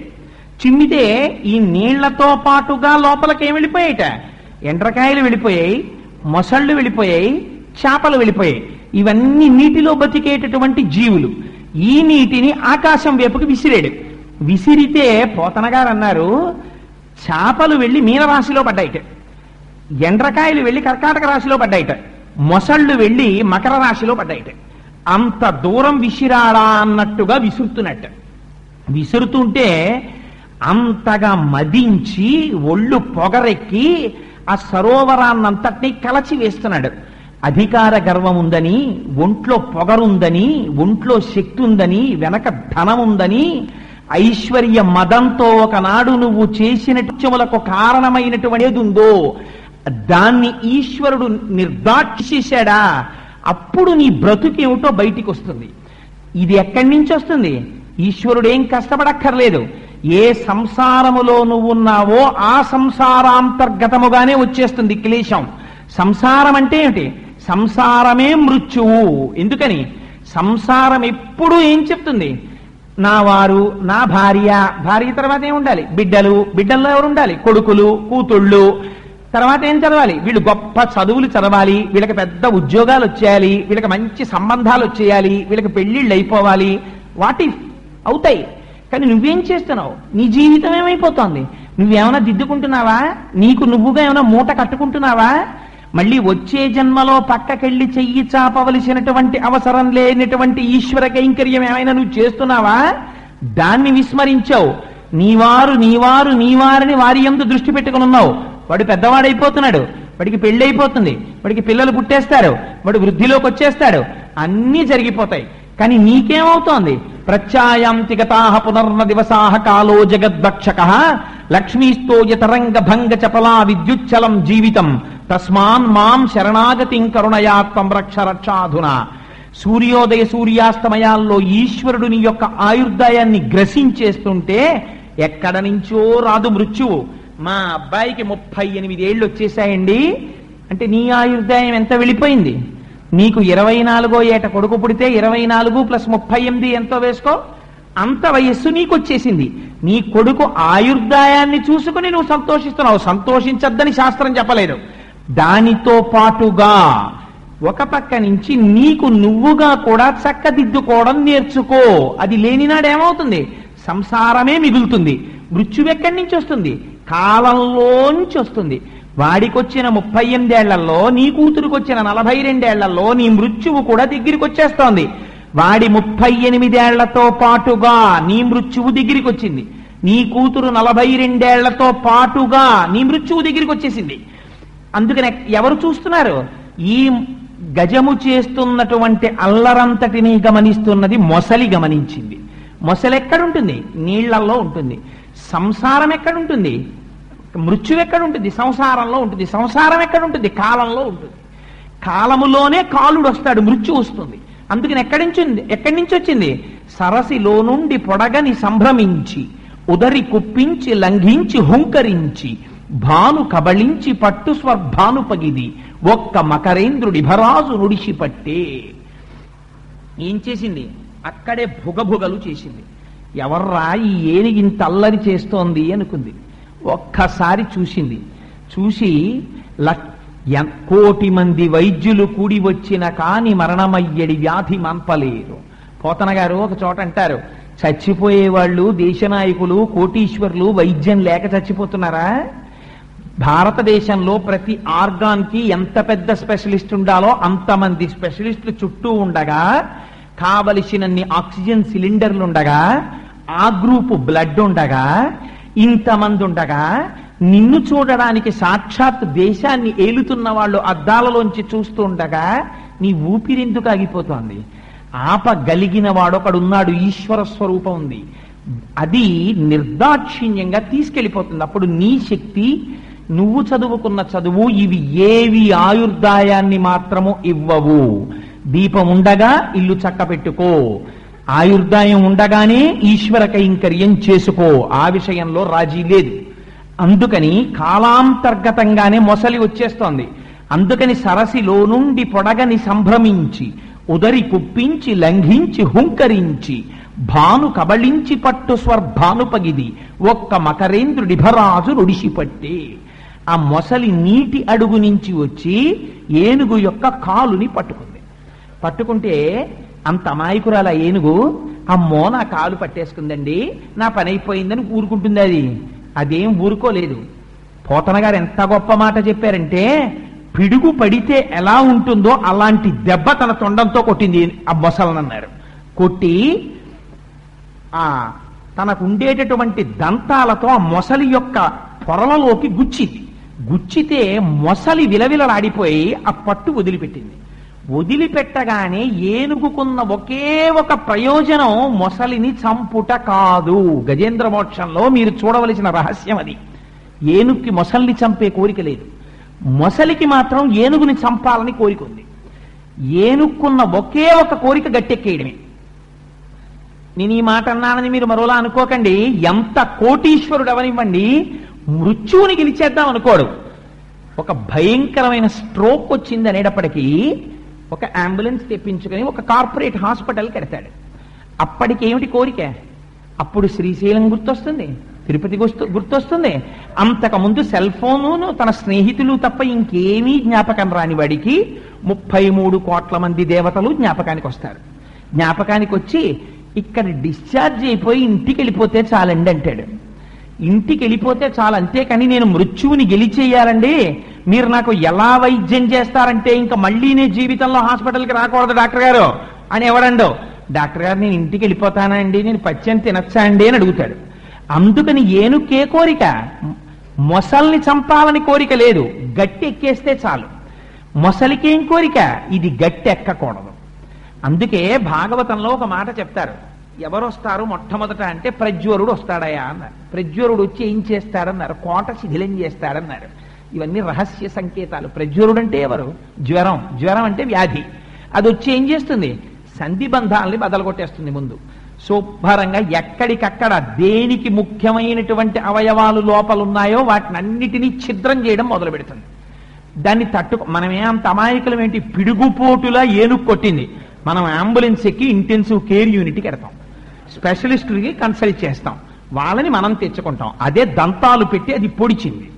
పొడిస్తే మన తాపత్రయం ఏమిటి, తొందరగా చాలా బాగుందండి, ఎయిర్ కండిషను, బెడ్, ఇంతమంది నర్సులు, హాయిగా ఏ గొడవ లేదు, ఇక్కడే ఉందాం 3 నెలలని ఎవడంటాడా, ఎవడండు, తొందరగా ఇంటికి వెళ్ళిపోదాం అంటాడు. అందుకని ఏనుగు పరిస్థితి ఏమిటి, గట్టి ఎక్కేయాలి. మొసలి పరిస్థితి ఏమిటి, అది ఇంటికి వెళ్ళకూడదు, ఇక్కడి నుంచి అది వెళ్ళిపోవలసిన ప్లేస్ ఇంకోటి ఉంది, అక్కడికి పంపించాలి. ఇది మొసలి యొక్క లక్షణం. మొసలికి బలం ఏమిటి, నీరు బలం. అంటే ఏమిటి బలం, సంసారమే బలం, కాలమే బలం. ఆ టైం వచ్చే వరకు, అందుకే నింద లేకుండా బొందిపోదన్నారు పెద్దవాళ్ళు. ఏ టైం వచ్చే వరకు, ఇంకా ఊపిరి తీయలేనంత ఓపిక లేని విధంగా ఛిద్రం చేసే వరకు లోపల సంధిబంధాల్ని తెగ్గొడుతూనే ఉంటుంది వ్యాధి, మృత్యు. ఆఖరణ ఇంకా నువ్వు లొంగిపోవాలి, కానీ అది నీకు లొంగదు. అందుకని గట్టి ఎక్కుతుందా, ఎక్కలేదు. కొట్టింది, పట్టు విడవగానే గట్టి ఎక్కేద్దామని ప్రయత్నం చేసింది. కానీ మొసలేం చేసింది, వెంటనే ఓపిక తెచ్చుకుని గభాలన వెళ్ళి ఆ ఏనుగు యొక్క తోక కొరికేసింది. తోక కొరికేసరికి ఆ బాధతోటి వెనక్కి తిరిగింది ఏనుగు. వెనక్కి తిరగగానే ఆ 4 కాళ్ల మధ్యలో దూరి కడుపు కురికింది, బయటికి వచ్చి ఎగిరి వీపు కురికింది అన్నారు. ఎంత గొప్ప మాటలు చెప్పారండి పోతన గారు. నాన్న, ముందు ఏది కొరుకుతాయో తెలుసా, కడుపు కొరుకుతాయి. అప్పటి వరకు మామిడికాయ పప్పు తిన్నావు, చింతకాయ పచ్చడి తిన్నావు, ములక్కాయ పులుసు తిన్నావు. నాన్న, ఇంకా ఈ పదార్థాలు ఏం తినకు, ఉప్పు కారం లేకుండా చప్పిడి చేసుకుని మజ్జిగ అన్నం తిను అని డాక్టర్ గారు చెప్తారు. ఏది కొరికింది ముందు, కడుపు కొరికింది. ఆ తర్వాత ఏం చెప్తారు, ఇన్నాళ్ళు ఓపిక ఉన్నప్పుడు ఒక మహాత్ముడి దగ్గర ఇలా వంగడం నీకు చేత కాలేదు. ఇప్పుడు డాక్టర్ గారే చెప్తారు, మీరు గభాలను వంగి లేవకండి, మెట్లు ఎక్కకండి, స్పీడ్గా నడవకండి. ఇప్పుడు ఏమైంది, వీపు కొరికింది. ఇప్పుడు నీకు ఎదురుగుండా ఒక మహాత్ముడు వచ్చినా వంగి అదృష్టం నీకు లేదు. అందుకని ఏమైంది, మాకురు ధనజన యవ్వన గర్వం హరతి నిమేష కాల సర్వం మాయామయమిదమకిలం హిత్వా బ్రహ్మపదంతం ప్రవిశ విదిత్వా. తీసుకెళ్ళిపోతోంది మృత్యువు. ఒక్కొక్కటి నీ సమయంలో నువ్వు చెయ్యవలసినవి చెయ్యనివి ఏమున్నాయో వాటిని కాలము తీసుకెళ్ళిపోతోంది. అందుకని కడుపు కొరికింది, వీపు కొరికింది, వెనక కాలు పట్టుకుంది. పట్టుకుంటే ఇప్పుడు వెనక కాలు దగ్గర ఉన్నదాన్ని తొండంతో ఎలా కొడుతుంది, తన దంతాలతో ఎలా పొడుస్తుంది. అందుకని ఇప్పుడు ఎలాగో అలా ముందు ఆ మొసలున్న వైపుకి తాను తిరగాలి. ఎంతమంది డాక్టర్ల దగ్గరికి వెళ్ళినా డయాగ్నోసిస్ దొరకదు. ఏమిటో అన్నీ బాగుంటాయంటాడు, 36 మందులు రాస్తాడు, వెగట ఎక్కువైపోతూ ఉంటుంది, అన్నం చేయించదు. వ్యాధి ఏమిటో తెలియదు, ఎవరి దగ్గరికి వెళ్ళినా బాగానే ఉందంటారు, ఖచ్చితమైన డయాగ్నోసిస్ దొరకదు. ఇదే కదా తొండానికి దొరకపోవడం అంటేను. కానీ కొరికేస్తూనే ఉంటుంది, రక్తం అంతా కారిపోతూనే ఉంటుంది, రోజు రోజుకి నీరస పడిపోతూనే ఉంటాడు, ముఖం వెలవెలపోతూనే ఉంటుంది. ఎంత అందంగా మాట్లాడారండి నిజంగా పోతన గారు, ఎంత అందంగా మాట్లాడారు వ్యాసుల వారు. మన బతుకు కట్టెదుట చూపించారు, అంగీకరించినా అంగీకరించకపోయినా. అందుకే పెద్దలు ఒక్క మాట చెప్పారు, పూజ చేస్తే డబ్బులు ఇమ్మని, ప్రమోషన్లు ఇమ్మని ఎవడూ పూజలు చేయలేరు పూర్వం. ఎందుకు చేశారో తెలుసా అండి, మొట్టమొదటి ఏదడిగారంటే అనాయాసేన మరణం. తండ్రి, ఇంటెన్సివ్ కేర్ యూనిట్లో భయంకరంగా 6 మధ్యలో ఇలా పడుకుని ఒంటి నిండా సూదులెట్టుకుని పక్కన సీసాలెట్టుకుని వెళ్ళిపోకుండా ఉంటే చాలు, నేను ప్రశాంతంగా నీ నామం చెప్పుకుంటూ వెళ్ళిపోయే అదృష్టాన్ని నాకి. అందుకని ఏదడిగారు, అనాయాసేన మరణం వినా దైన్యేన జీవితం. డబ్బిమ్మని ఎవ్వడూ అడగలేదు. ఒకడి దగ్గర చెయ్యి చాపి బతకవలసిన అవసరం లేకుండా, నాకు అన్నానికి వస్త్రానికి లోటు లేకుండా నా జీవితం వెళ్ళిపోయేటట్టు చూడని అడిగారంతే. అందుచేత ఏమైంది, ఆ ఏనుగు మొసలితో యుద్ధం చేస్తోంది. మొసలి ఏనుగుని కొరుకుతోంది, లోపలికి లాగుతోంది. ఇలా ఎన్నాళ్ళు చేసింది యుద్ధం అని అడిగారు. మరి చెప్పాలి కదా, ఎన్నాళ్ళు అంటే జనవరి 31న ప్రారంభమైంది, ఫిబ్రవరి 6 వరకు హాస్పిటల్లో ఉన్నాడు, ఏదో ఉండాలి కదా, date of admission, date of discharge ఏవో ఉంటాయి కదా. అందుకని అది ఏమిటి అసలు కేస్ షీటు చెప్పమన్నారు. అంటే ఇలా యుద్ధం ఎన్నాళ్ళు జరిగిందో చెప్తాం వినండి అన్నారు. అలయక సొలయక వేసట నొందక కరిమకరితోడ ఉద్దండత రాత్రులు సంధ్యలు దివసంబులు పోరెన్ 1000 సంవత్సరముల్, 1000 ఏళ్ళు పోరాటం చేసిందన్నారు. 1000 అంటే ఏమిటి? వ్యాసుల వారు సంస్కృతంలో సహస్రం అన్నారు. సహస్రం అంటే అనంతము. ఎవడికి తెలుసు నువ్వు ఏ టైంలో హాస్పిటల్లో జాయిన్ అవుతావో? ఇంట్లో కూతురి పెళ్లికి ముహూర్తాలు ఉంటాయి, కొడుకు పెళ్లికి ముహూర్తాలు ఉంటాయి, నువ్వు పెళ్లి సంబంధానికి వెళ్ళడానికి ముహూర్తాలు ఉంటాయి, జాయినింగ్ రిపోర్ట్ ఇవ్వడానికి ఆఫీస్కి ముహూర్తాలు ఉంటాయి. ఇవాళ నక్షత్రం మంచిది కాదండి అని హార్ట్ అటాక్ వస్తే హాస్పిటల్కి రానన్న దుర్మార్గుడు ఎవరైనా ఉంటాడు ఏమిటి ప్రపంచంలో? అది ఏ నక్షత్రమైనా వెళ్ళిపోవలసిందే ఇంటెన్సివ్ కేర్ యూనిట్కి. అందుకని ఎప్పుడు చచ్చిపోయావు, ఎప్పుడు మొదలెట్టావు పోరాటం అంటే పోతన గారు అన్నారు, కరిమకరితోడ ఉద్దండత అలయక సొలయక వేసట నొలయక. ఇప్పుడేమిట్రా ఈ అలవాటు? ఎప్పటి నుంచో ఉంది. ఈ విషయంలో అలసట ఏం లేదు, సొలయక బాధేం లేదు, వేసట నొందక అక్కడ మాత్రం ఎన్నాళ్ళైనా ఉంటాడు. ఈశ్వరుడి గుళ్ళో అరగంట కూర్చోమనండి, వాడికి టైం ఉండదు. సెల్ ఫోన్ మోగుతుంది, ఇలా గడియారం 50 మాటలు చూసుకుంటాడు అష్టోత్తరం అయ్యే లోపల.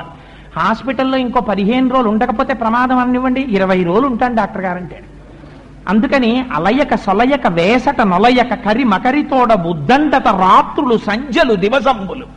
ఏమో ఎన్నాళ్ళు యుద్ధం చేశావో ఇన్ని జన్మల్లో, రాత్రులన్నీ ఉన్నావో, సంధ్యలన్నీ ఉన్నావో, దినాలన్నీ ఉన్నావో, ఎన్ని రోజులు ఉన్నావో, ఏ టైంలో వెళ్ళిపోయావో, ఇన్ని కోట్ల జన్మలైపోయాయో ఇప్పటికీ. అందుకని ఉద్దండత రాత్రులు సంధ్యలు దివసంబులు పోరెనొక్క 1000 సంవత్సరములు, 1000 ఏళ్ల నుంచి ఇలా యుద్ధం చేస్తూనే ఉందాయా ఏనుగు అన్నారు. అయితే మరి ఇలా యుద్ధం చేస్తే ఏమైందండి? చివరికి ఏమైందంటే, ఇంకా నీకు ఒక గొప్ప సన్నివేశం చెప్తాను, ఏనుగు సంగతి చెప్పను. ఇది పోతన గారి సంకేత భాష అంటే, వ్యాసుల వారి సంకేత భాష అంటే అర్థం చేసుకోవాలి. ఏనుగు ఎలా ఉందో నేను చెప్పను, కానీ మిగిలిన విషయాలు చెప్తాను, నువ్వు అర్థం చేసుకో.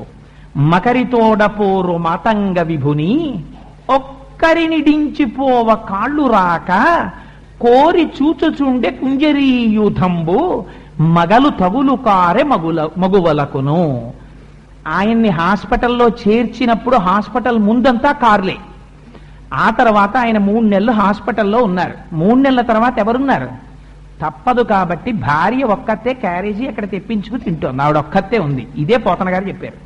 మకరితోడపోరు మాతంగ విభుని, మొసలితో పోరాటం చేస్తున్న ఏనుగుని ఒక్కరిని డించిపోవ కాళ్ళు రాక, ఒక్కడిని వదిలేసి వెళ్ళలేక ఎవరున్నారు గట్టు మీద? ఒక్కరిని డించిపోవ కాళ్ళు రాక కోరి చూచుచుండే కుంజరీయూథంబు. ఏం చేస్తున్నారు వాళ్ళు? ఏం ఆయుర్దాయాన్ని ఇవ్వరు, కోరి చూచుచుండే. వాళ్ళు దిగి యుద్ధం చేస్తారనుకుంటున్నారేమో, వాళ్ళు ఏం చేయరు. వాళ్ళు ఏం చేస్తారు? అద్దంలోంచి లోపలికి చూస్తూ ఉంటారు. లోపలికి వెళ్ళకూడదు, ఎప్పుడు పడితే అప్పుడైనా విజిటింగ్ అవర్స్ ఉంటాయి. అందుకని అద్దంలోంచే ఇలా చూస్తూ ఉంటారు. కోరి చూచుచుండే కుంజరీయూథంబు. మరి మిగిలిన వాళ్ళందరూ ఏరండి? అంత ఏనుగు కదా, దానికి బోల్డంత పరివారం ఉండాలి, బోలెడంత సైన్యం ఉండాలి. వాళ్ళందరూ చుట్టూ వచ్చారు కదా. అప్పుడు వాళ్ళందరూ ఏరి అంతగా ఏమైనా అయితే టెలిగ్రామ్ ఇమ్మని వెళ్ళిపోయారు. వాళ్ళు ఎందుకు వెళ్ళిపోతారు? ఎన్నాళ్ళు లీవ్ వేస్ట్ చేసుకుంటారు వాళ్ళు. అంత లీవ్ వేస్ట్ చేసుకుంటే రేపు పొద్దున వాడి పర్సనల్ రికార్డు పాడైపోయి ట్రాన్స్ఫర్ చేసేస్తారు. అందుకని వాడు ఏం చెప్తాడంటే, చచ్చిపోయాక నాకు టెలిగ్రామ్ ఇమ్మని చెప్పడు, గౌరవంగా మాట్లాడతాడు. అమ్మా ఎన్నాళ్ళు ఉంటామమ్మా, అంతగా ఏమైనా అయితే టెలిగ్రామ్ ఇస్తే వస్తాను, డబ్బులో బ్యాంకులో డబ్బంతా వేశానమ్మా, పాపం ఫలానా ఆయన మనకి మొట్టమొదటి నుంచి ఫ్యామిలీ ఫ్రెండ్ కదా, వారికి అప్పచెప్పాను, ఆయన కూడా చూస్తూ ఉంటారు, అంతగా ఏమైనా అయితే టెలిగ్రామ్ ఇయ్యమ్మా, నేను గబగబా వచ్చేస్తాను విమానంలో అని చెప్తాడు వాడు. అంటే అంతగా ఏమైనా అయితే అంటే ఏమిటి? వాడు అలా చేస్తూనే ఉంటాడు ఆ యుద్ధం. ఏదో డబ్బు ఇవ్వాలి కాబట్టి మేము ఇచ్చేస్తామమ్మా, వాడికి ఆ మందులు అవి అన్ని వేయిస్తుండండి డాక్టర్ గారు చెప్పినవి. ఆఖరికి ఓ రోజున ఊపిరి అయిపోతున్నప్పుడు మాకు టెలిగ్రామ్ కొడితే అంత్యేష్టి సంస్కారానికి మేము వచ్చేస్తాం. కాబట్టి ఇప్పుడు ఏనుగు యొక్క పరిస్థితిని చెప్పడానికి ఏనుగు గురించి చెప్పారా, పైనున్న వాళ్ళ గురించి చెప్పారా? ఏనుగు గురించి చెప్పలేదు పోతన గారు. అందరూ వెళ్ళిపోయారా, భార్య ఒక్కతే ఉంది. ఎందుకని?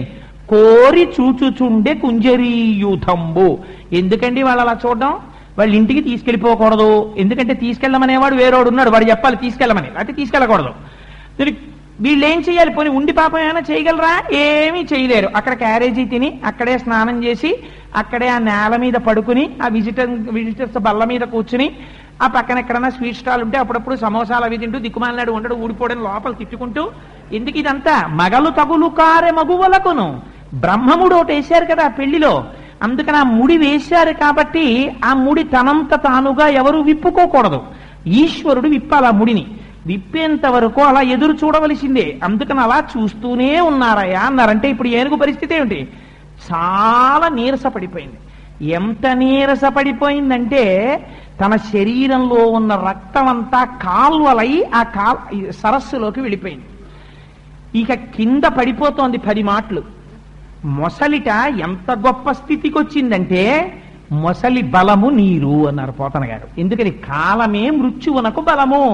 నీ సంధి బంధములు జారిపోతున్నాయి, దానికి శక్తి పెరిగిపోతోంది. అందుకని అదేం చేస్తోంది?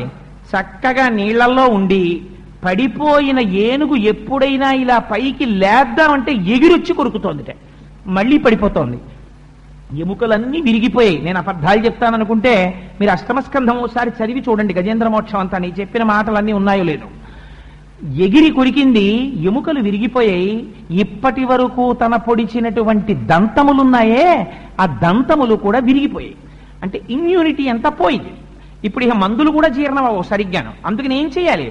సిలైన్ బాటిల్లోకి ఇంజెక్షన్ చెయ్యాలి. చేస్తే లోపలికి వెళ్ళాలి నాడిలోంచి. టాబ్లెట్ మింగలేడిగా ఆ స్థితి. ముక్కులోంచి కొట్టాలి, నోట్లోంచి కొట్టాలి, అన్నింటిలోంచి కొట్టాలి. పాపం అలా పడున్నాడంతే. ఇది పడిపోయి ఉన్నటువంటి ఏనుగు యొక్క పరిస్థితి. ఈ పరిస్థితిలో పడిపోయి ఉండి ఇంకా మృత్యువు కబళించడానికి సిద్ధంగా ఉంది.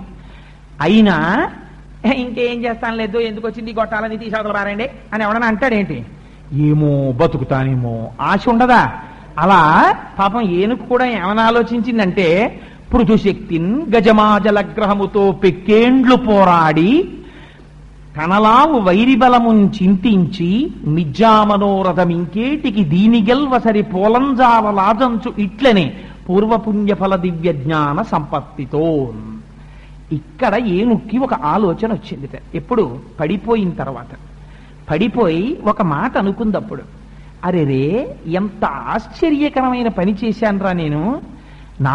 నానానేక పయూధముల్ వనములోనన్ పెద్ద కాలంబు సన్మానింపన్ 10,00,000 కోటి కరణీనాథుండనయ్యుండి మద్దానాంభ పరిపుష్ట చందన లతాంత ఛాయల్ విహరింపక నీరాశన్ ఇటేల వచ్చితి భయం బిట్లో కదే ఈశ్వరా అది. ఆ ఒక్క పద్యం చాలండి మనం ప్రతిరోజు చదువుకుంటే జీవితాన్ని మార్చేయడానికి.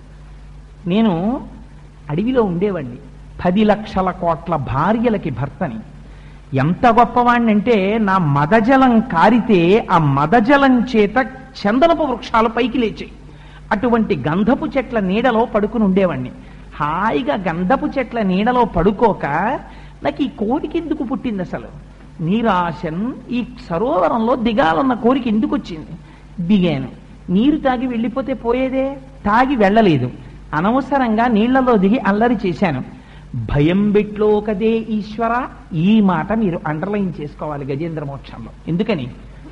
ఆహారము మనకి జంతువులకి సమానం, నిద్ర మనకి జంతువులకి సమానం, ప్రత్యుత్పత్తి మనకి జంతువులకి సమానం. భయము ఇది శరీరగతం కాదు, శరీరంలోంచి రాదు భయం. భయం మనస్సుకి సంబంధించింది. ఈ భయం ఎందుకు వస్తుందంటే ప్రాణం పోతుందేమోనని భయం, మృత్యు వచ్చేస్తుందేమో అని భయం. ఇప్పుడు ఆలోచన ఒకటి కొత్తది వచ్చింది ఏనుక్కి. ఏమని? పృథుశక్తిన్ గజమాజలగ్రహముతో పెక్కేండ్లు పోరాడి సంశిథిలంబై తనలావు వైరిబలమున్ చింతించి మిజ్జామనోరథం వింకేటికి దీనిగల్వ సరిపోరంచాల రాదంచు ఇట్లనే పూర్వపుణ్యఫల దివ్య జ్ఞాన సంపత్తితో. నేను భూమి మీద తిరిగే ప్రాణిని, మొసలో నీటిలో తిరిగే ప్రాణి. భూమి మీద తిరిగే ప్రాణి నీటిలోకి రావడమే బలహీనత. నీటిలో ఉండేటటువంటి ప్రాణి పృథివీ మీద ఉండేటటువంటి ప్రాణిని నీటిలో ఉండి పట్టుకోవడం దాని బలం. అందుకని ఇవాళ ఎంత అందంగా పట్టుకుందోట తెలుసా అండి మొసలి? ఇక ఏమీ కష్టపట్టలేదు. ఎంత అందంగా పట్టుకుంది అని చెప్పేశారంటే పోతన గారు, పాదద్వంద్వము నేలమోపి పవనున్ బంధించి పంచేంద్రియోన్మాదంబున్ పరిమార్చి బుద్ధిలతకొన్ మారాకు హత్తించి నిష్ఖేద బ్రహ్మ పదావలంబన క్రియన్ క్రీడించు యోగీంద్రు మర్యాదం నక్రము విక్రమించకరి పాదాక్రాంత నిర్వక్రమై. మహాయోగి అయినటువంటి వాడు తన ప్రాణవాయువుని నిలబెట్టి ఊపిరి నిబద్ధించి ఒక్కసారి మనస్సులో ఈశ్వర దర్శనం చేస్తూ భగవంతుడి పాదాలు పట్టుకుని ఆనందం పొందుతూ ఎలా ఉండిపోతాడో అలా ఇవాళ ఏమీ పెద్ద కష్టపడకుండా ఊపిరి బిగపట్టి నేల మీద కాళ్ళు గట్టిగా మోపి ఏనుగు పాదాన్ని పట్టుకుని మొసలుండిపోయింది. ఇప్పుడు ఏమవుతుంది? ఇక ఏనుగు కదలలేని స్థితి వస్తోంది. నీకు కాళ్ళున్నంతసేపు తిరగరాని చోటల్లా తిరిగావు, ఇక వీడు తిరగడు అని నిర్ణయం అయిపోయింది. 4 కర్రలు తెచ్చి తీసుకెళ్ళిపోతారు, ఇక తిరగదు కాబట్టి ఆ కాలు. అందుకని కాలు తిరగని చోటుకి వెళ్ళిపోవడానికి ఏనుగు సిద్ధపడుతోంది. మొసలి అంత గట్టిగా పట్టు కూర్చుంది. కూర్చున్న సమయంలో ఆలోచించాడు, నేను ఈ గట్టు మీద ఉన్న వాళ్ళందరినీ నమ్మాను, ఇక వీళ్ళు నాకు ఉపకారం చెయ్యరు. గట్టు మీద ఉన్న వాళ్ళంటే ఎవరు? భార్యలు, బిడ్డలు, బంధువులు, స్నేహితులు, వీళ్ళెవరు పరిమారుస్తారు? నన్ను రక్షించేవాడు ఎవరైనా ఉన్నాడా ప్రపంచంలో అని ఆలోచించింది. ఇప్పుడు గుర్తొచ్చాడు. ఎవరు? భగవంతుడు గుర్తొచ్చాడు. మనకి గుర్తొస్తాడా అంటే పోతన గారు అన్నారు, ఏనుక్కి గుర్తొచ్చాడు కానీ నీకు గుర్తొస్తాడని నమ్మకం ఏం లేదు అన్నారు. ఎందుకని? పూర్వపుణ్యఫల దివ్యజ్ఞాన సంపత్తితో పూర్వజన్మలో ఏనుగో పుణ్యం చేసింది, ఆ పుణ్యం వల్ల జ్ఞాపకానికి వస్తోంది. కలడందురు దీనులయడ కలడందురు పరమ యోగి గణముల పాలిన్ కలడందురన్ని దిశలను కలడు కలండనెడు వాడు కలడో లేడో. ఆలోచన కరెక్టే, చిన్న తేడా ఒకటి చేసింది చివర. కలడందురు దీనులయడ, చాలా దీనంగా ప్రార్థన చేసిన వాళ్ళందరినీ రక్షించేటటువంటి వాడు ఒకడు ఉన్నాడు అని అంటుంటారు. కలడందురు దీనులయడ కలడందురు పరమ యోగి గణముల పాలన్. 2 చెప్పారు. ఈ ఇంద్రియాల యొక్క పటాటోపాన్ని తనకు తానుగా నిగ్రహించలేక ఈశ్వరుని యొక్క స్వరూపానికి శరణాగత చేసిన వాడికి అదే రక్షణ. మనస్సుని వెనక్కి తిప్పి జ్ఞాన మార్గంలో యోగిగా నిలబడిపోయిన వాడికి అదే రక్షణ. ఇద్దరికీ రక్షణనిచ్చేటటువంటి వాడు ఒకడు ఉన్నాడు అని చెప్తూ ఉంటారు, వాడు రక్షిస్తాడని. కానీ ఆ కలడు కలండెనడు వాడు కలడో లేడో. ఉన్నాడు ఉన్నాడంటారు కానీ వాడు ఉన్నాడో లేడో అని ఓ చిన్న అనుమానం ఒకటి వచ్చింది. సంశయాత్మ వినశ్యతి, ఇదొక్కటి చాలు. వాడు ఉన్నాడో లేడోనండి అని ఓ అనుమానం వచ్చింది అనుకోండి, ఈహరాడు. రామకృష్ణ పరమహంస ఓ కథ చెప్తుండేవారు. లక్ష్మీదేవితో కలిసి నారాయణుడు కూర్చుంటే గభాలను లేచి వెళ్ళిపోతున్నట్ట. ఎందుకంటే అలా వెళ్ళిపోతున్నారంది ఆవిడ. అంటే నా భక్తుడిని రాళ్ళిటి కొడుతున్నారంది. అనేటప్పటికీ లక్ష్మీదేవి ఒక్కసారి దివ్య దృష్టితో చూసింది. ఎవరైన భక్తుడు? ఒక చాకలివాడు, మహాభక్తుడు. ఆయన్ని పిల్లలు రాళ్లు పెట్టి కొడుతున్నారు, ఆయనకు వచ్చిన నామాలు చెప్పుకుంటుంటే. ఆ భక్తుడిని రక్షించడానికని పరిగెడుతున్నారు శ్రీ మహావిష్ణువు. గబగబా వెళ్ళబోతుంటే ఆ భక్తుడు తీసి రాయి విసిరాడు, తన మీద రాళ్లు విసిరిన వాళ్ళ మీదకి. శ్రీ మహావిష్ణువు వెనక్కి తిరిగి వచ్చేశారు. ఏం వచ్చేసారే అంది ఆవిడ. తన రక్షణ తను చూసుకున్నాళ్లే అన్నారు. అందుకని శరణాగతి అంటే నీ రక్షణ ఎందు నీ ప్రమేయము పెట్టుకొనకుండా ఉండుట. కలడు కలండనెడు వాడు కలడో లేడో. ఏమో ఉన్నాడో లేడో, ఈ మాత్రం యుద్ధం కూడా నేను చేయడం మానేస్తే ఈ దిక్కుమాలిన అసలు మింగేస్తుందో ఏమిటో అని అనుమానం దానికి. అందుకని ఇంకా కొంచెం అనుమానమైనటువంటి స్థితిలో ఉంది. ఇహ ఇప్పుడు ఊపిరాగిపోయేటటువంటి స్థితి వస్తోంది. ఇక్కడ వ్యాసుల వారు అద్భుతమైనటువంటి శ్లోకాలు కొన్ని వేశారు. మీరు గజేంద్ర మోక్షంలో గమనించవలసినటువంటి రహస్యం ఇది. ఇందులో ఏనుగు ఎవరిని పిలిచింది చెప్పండి?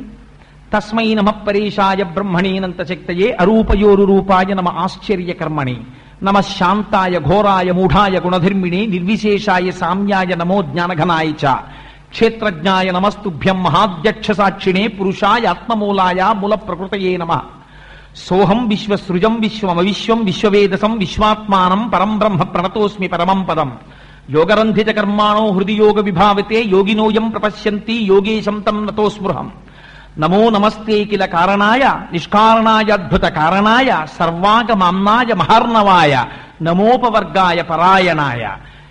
ఇంతే పిలిచింది. అంటే ఏమని? పోతన గారు ఎగ్జాక్ట్ ట్రాన్స్లేషన్ వేసేశారు.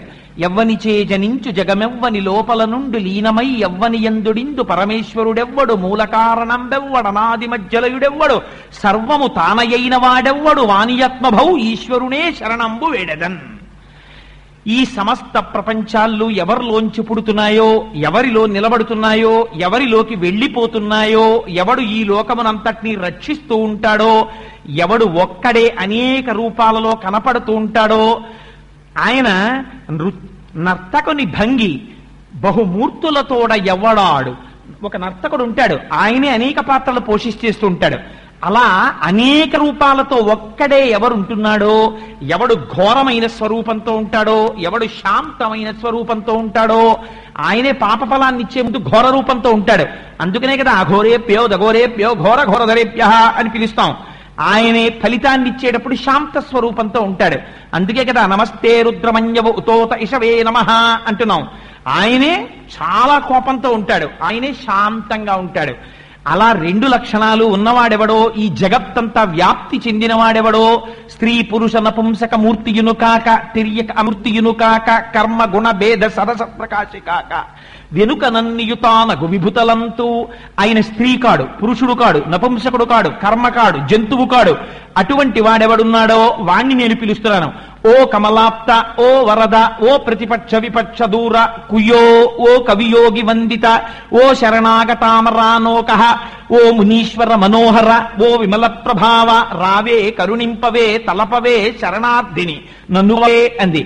ఎవరిని పిలిచినట్టు? ఓ కమలాప్త, ఓ వరద, ఓ ప్రతిపక్ష విపక్ష దూర కుయో, అందరికీ కూడా ఆర్తిని తీర్చేటటువంటి వాడా, కమలములకు బాంధవుడైనటువంటి వాడా, లోకములను రక్షించేటటువంటి వాడా, నువ్వు వెంటనే బయలుదేరి రావాలి. కవులందరూ ఎవరిని ప్రస్తుతి చేస్తున్నాడో అటువంటి స్వరూపం కదిలి రావాలి.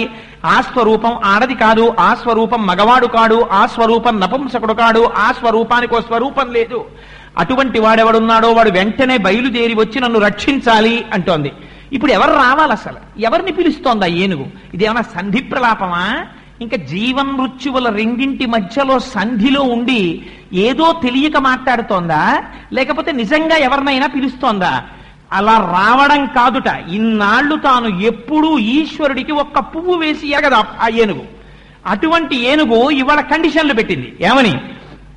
కలుగడే నా పాలి కలిమి సందేహింప కలిమిలే ములులేక కలుగువాడు, నా కడ్డబడరాడెనలిన సాధువుల చేబడి సాధువుల కడ్డుబడివాడు, లీలతో నామరాలింపడే మొరగుల మొరలిరుంగుచు తన్ను మొరగువాడు, ఆది మధ్యాంతములు లేక ఎరలువాడు, భక్త జనముల దీనుల పాలివాడు, వినడే చూడడే తలపడే వెగరాడే అంది. ఎవరు రావాలట అంటే, కలుగడే నా పాలి కలిమి సందేహింప కలిమిలే ములులేక కలుగువాడు. నా దగ్గరికి వెంటనే పరిగెత్తుకుంటూ రావద్దా భగవానుడు? ఎందుకు వస్తాడు? కలిమిలే ములులేక కలుగువాడు. వీడికి ఐశ్వర్యం ఉందా, ఐశ్వర్యం పోయిందా అని చూడడం ఆయన లక్షణం కాదు. ఒకనాడు ఏనుగు అంత ఐశ్వర్యంతో ఉన్నప్పుడు నాకు పూజ చేయలేదు, ఇప్పుడు మరణ సదృశమైనటువంటి వేదనని పొందుతూ పడిపోయినప్పుడు నేను గుర్తొచ్చానా అని అడిగే లక్షణం ఉన్నవాడు కాడు. వస్తాడు. లీలతో నామరాలింపడే మొరగుల మొరలెరుంగుచు తన్ను మొరగువాడు. మామూలుగా వస్తే నేను ఒప్పుకోను. ఎలా రావాలా వచ్చేవాడు? నన్ను రక్షించడం కోసమని రావడంలో నేను పడుతున్నటువంటి కష్టాన్ని చూసి తన్ని తాను మరిచిపోయి పరిగెత్తుకుంటూ రావాలి. మొరగుల మొరలిరుంగుచు తన్ను మొరగువాడు, ఆది మధ్యాంతములు లేక ఎరలువాడు. వాడికి ఆది ఉండకూడదు, మధ్యం ఉండకూడదు, అంతం ఉండకూడదు, అంతటా వ్యాపించిన వాడై ఉండాలి. అటువంటి వాడు రావాలి. భక్త జనముల దీనుల పాలివాడు, వినడే చూడడే తలపడే వేగరాడే. ఎందుకు రాడటువంటి వాడు? అలా రావాలి. వచ్చేటప్పుడు ఎందుకు రావాలట? లా ఒక్కింతజు లేదు, ధైర్యము విలోలంబయ్యే, ప్రాణంబులా ఠావుల్ తప్పెను, మూర్ఛ వచ్చే తనుబుండెన్ శ్రమంబయ్యడిన్, నీవే తప్ప ఇతప్పరం బెరుగా. ఇప్పుడంది మాట. ఇది శరణాగతి. నీవే తప్ప ఇతప్పరం బెరుగ మన్నింపందగున్ దీనునిన్, రావే ఈశ్వరత్మక. లావొక్కింతయు లేదు, ఏమి బలం లేదు నాకు. ఇప్పుడు నా శరీరంలో నేను ఇహ మొసలితో యుద్ధం చేయడానికి నాకు శక్తి లేదు. ధైర్యము విలోలంబయ్యే, నా ధైర్యం అంతా నాశనం అయిపోయింది. ధైర్యము విలోలంబయ్య ప్రాణంబులా ఠావుల్ తప్పెను. ప్రాణములు తమ తమ స్థానములలోంచి కదిలిపోతున్నాయి. ఇహ నీరసం వచ్చేస్తోంది. ప్రాణంబులా ఠావుల్ తప్పెను మూర్ఛ వచ్చే ఇహ స్పృహ పోతోంది. మరణానికి దగ్గర పడుతున్నప్పుడు ఎలా ఉంటుందో చూపించారు పోతన గారు. అందుకని మూర్ఛ వచ్చే తనువుండస్సెన్, శరీరం అంతా డస్సిపోయింది. శ్రమం బయ్యడిన్, ఏం చేశానో తెలియదు కానీ విపరీతమైన అలసట. శ్రమం బయ్యడిన్ నీవే తప్ప ఇతప్పరం బెరుగా, నేనిప్పుడు ఈ గట్టు మీదున్న వాళ్ళెవ్వరినీ నమ్మను, నిన్నొక్కడే నమ్ముతున్నాను. నీవే తప్ప ఇతప్పరం బెరుగ మన్నింపందగున్ దీనుని, నేను పరమదీనుడనై ప్రార్థన చేస్తున్నాను. రావే ఈశ్వర కావవే వరద సంరక్షింపు భద్రాత్మక. వాడు ఎటువంటి వాడు రావాలి? ఎలా పడితే అలా వస్తే నేను ఒప్పుకోను. లోకంబులు లోకేశులు లోకస్తులు తెగిన తుది పెంచీకటి కావల యవ్వండేకాకృతి వెలుగు అతనినే సేవింతొన్. ఈ లోకాలన్నీ లయమైపోయినప్పుడు, లోకంలో ఉన్న వాళ్ళందరూ వెళ్ళిపోయినప్పుడు, విపరీతమైన గాఢాంధకారం అలువుకుపోయినప్పుడు, సూర్యచంద్రులు కూడా లేనప్పుడు ఉండిపోయిన ఒక్కడెవడుంటాడో ఆ ఒక్కడు ఎవడున్నాడో వాడు బయలుదేరి రావాలి. వాడొచ్చి నన్ను రక్షించాలి. ఇన్ని కండిషన్లు పెట్టింది ఏనుగు. పెట్టి ప్రార్థన చేసింది చివర్లో. ఇప్పుడు 33 కోట్ల మంది దేవతలు లేచారట. ఇప్పుడు శరణాగతి చేసింది ఏనుగు. వెళ్ళాలి. ఎవరు వెళ్ళాలి? ఎవరిని పిలిచింది అందులో? ఓ సరస్వతి, ఓ బ్రహ్మ, ఓ శ్రీ మహావిష్ణువా, ఓ నారాయణుడా, ఓ శివుడా, ఏదైనా పోనీ ఒక పేరో ఒక వర్ణనమో ఒక రూపమో, ఓ చంద్రకళాధరుడా, ఓ నాగాంబరధరుడా, లేకపోతే ఓ నాగభూషణ, లేకపోతే ఓ గరుత్మంతుణ్ణి వాహనంగా ఉన్నవాడా, లేకపోతే సరస్వతిని భర్తగా కలిగినవాడా, ఎవరిని పిలవలేదు అర్థం చేసుకోవడానికి. ఒక తత్వాన్ని చెప్పి వాడు రావాలంటోంది. ఇంతమంది ఆలోచిస్తే ఇప్పుడు మీరు జ్ఞాపకం పెట్టుకోండి. ఇప్పుడు ఉపాసన ఈశ్వరోపాసనం చేసిందా, సాకారంగా ఒక ఆకారాన్ని స్మరించిందా, నిరాకారాన్ని స్మరించిందా? ఏనుగు ఏ ఆకారము లేని పరంజ్యోతి స్వరూపాన్ని స్మరించింది. ఇప్పుడు రావాలి. ఎవరు రావాలి?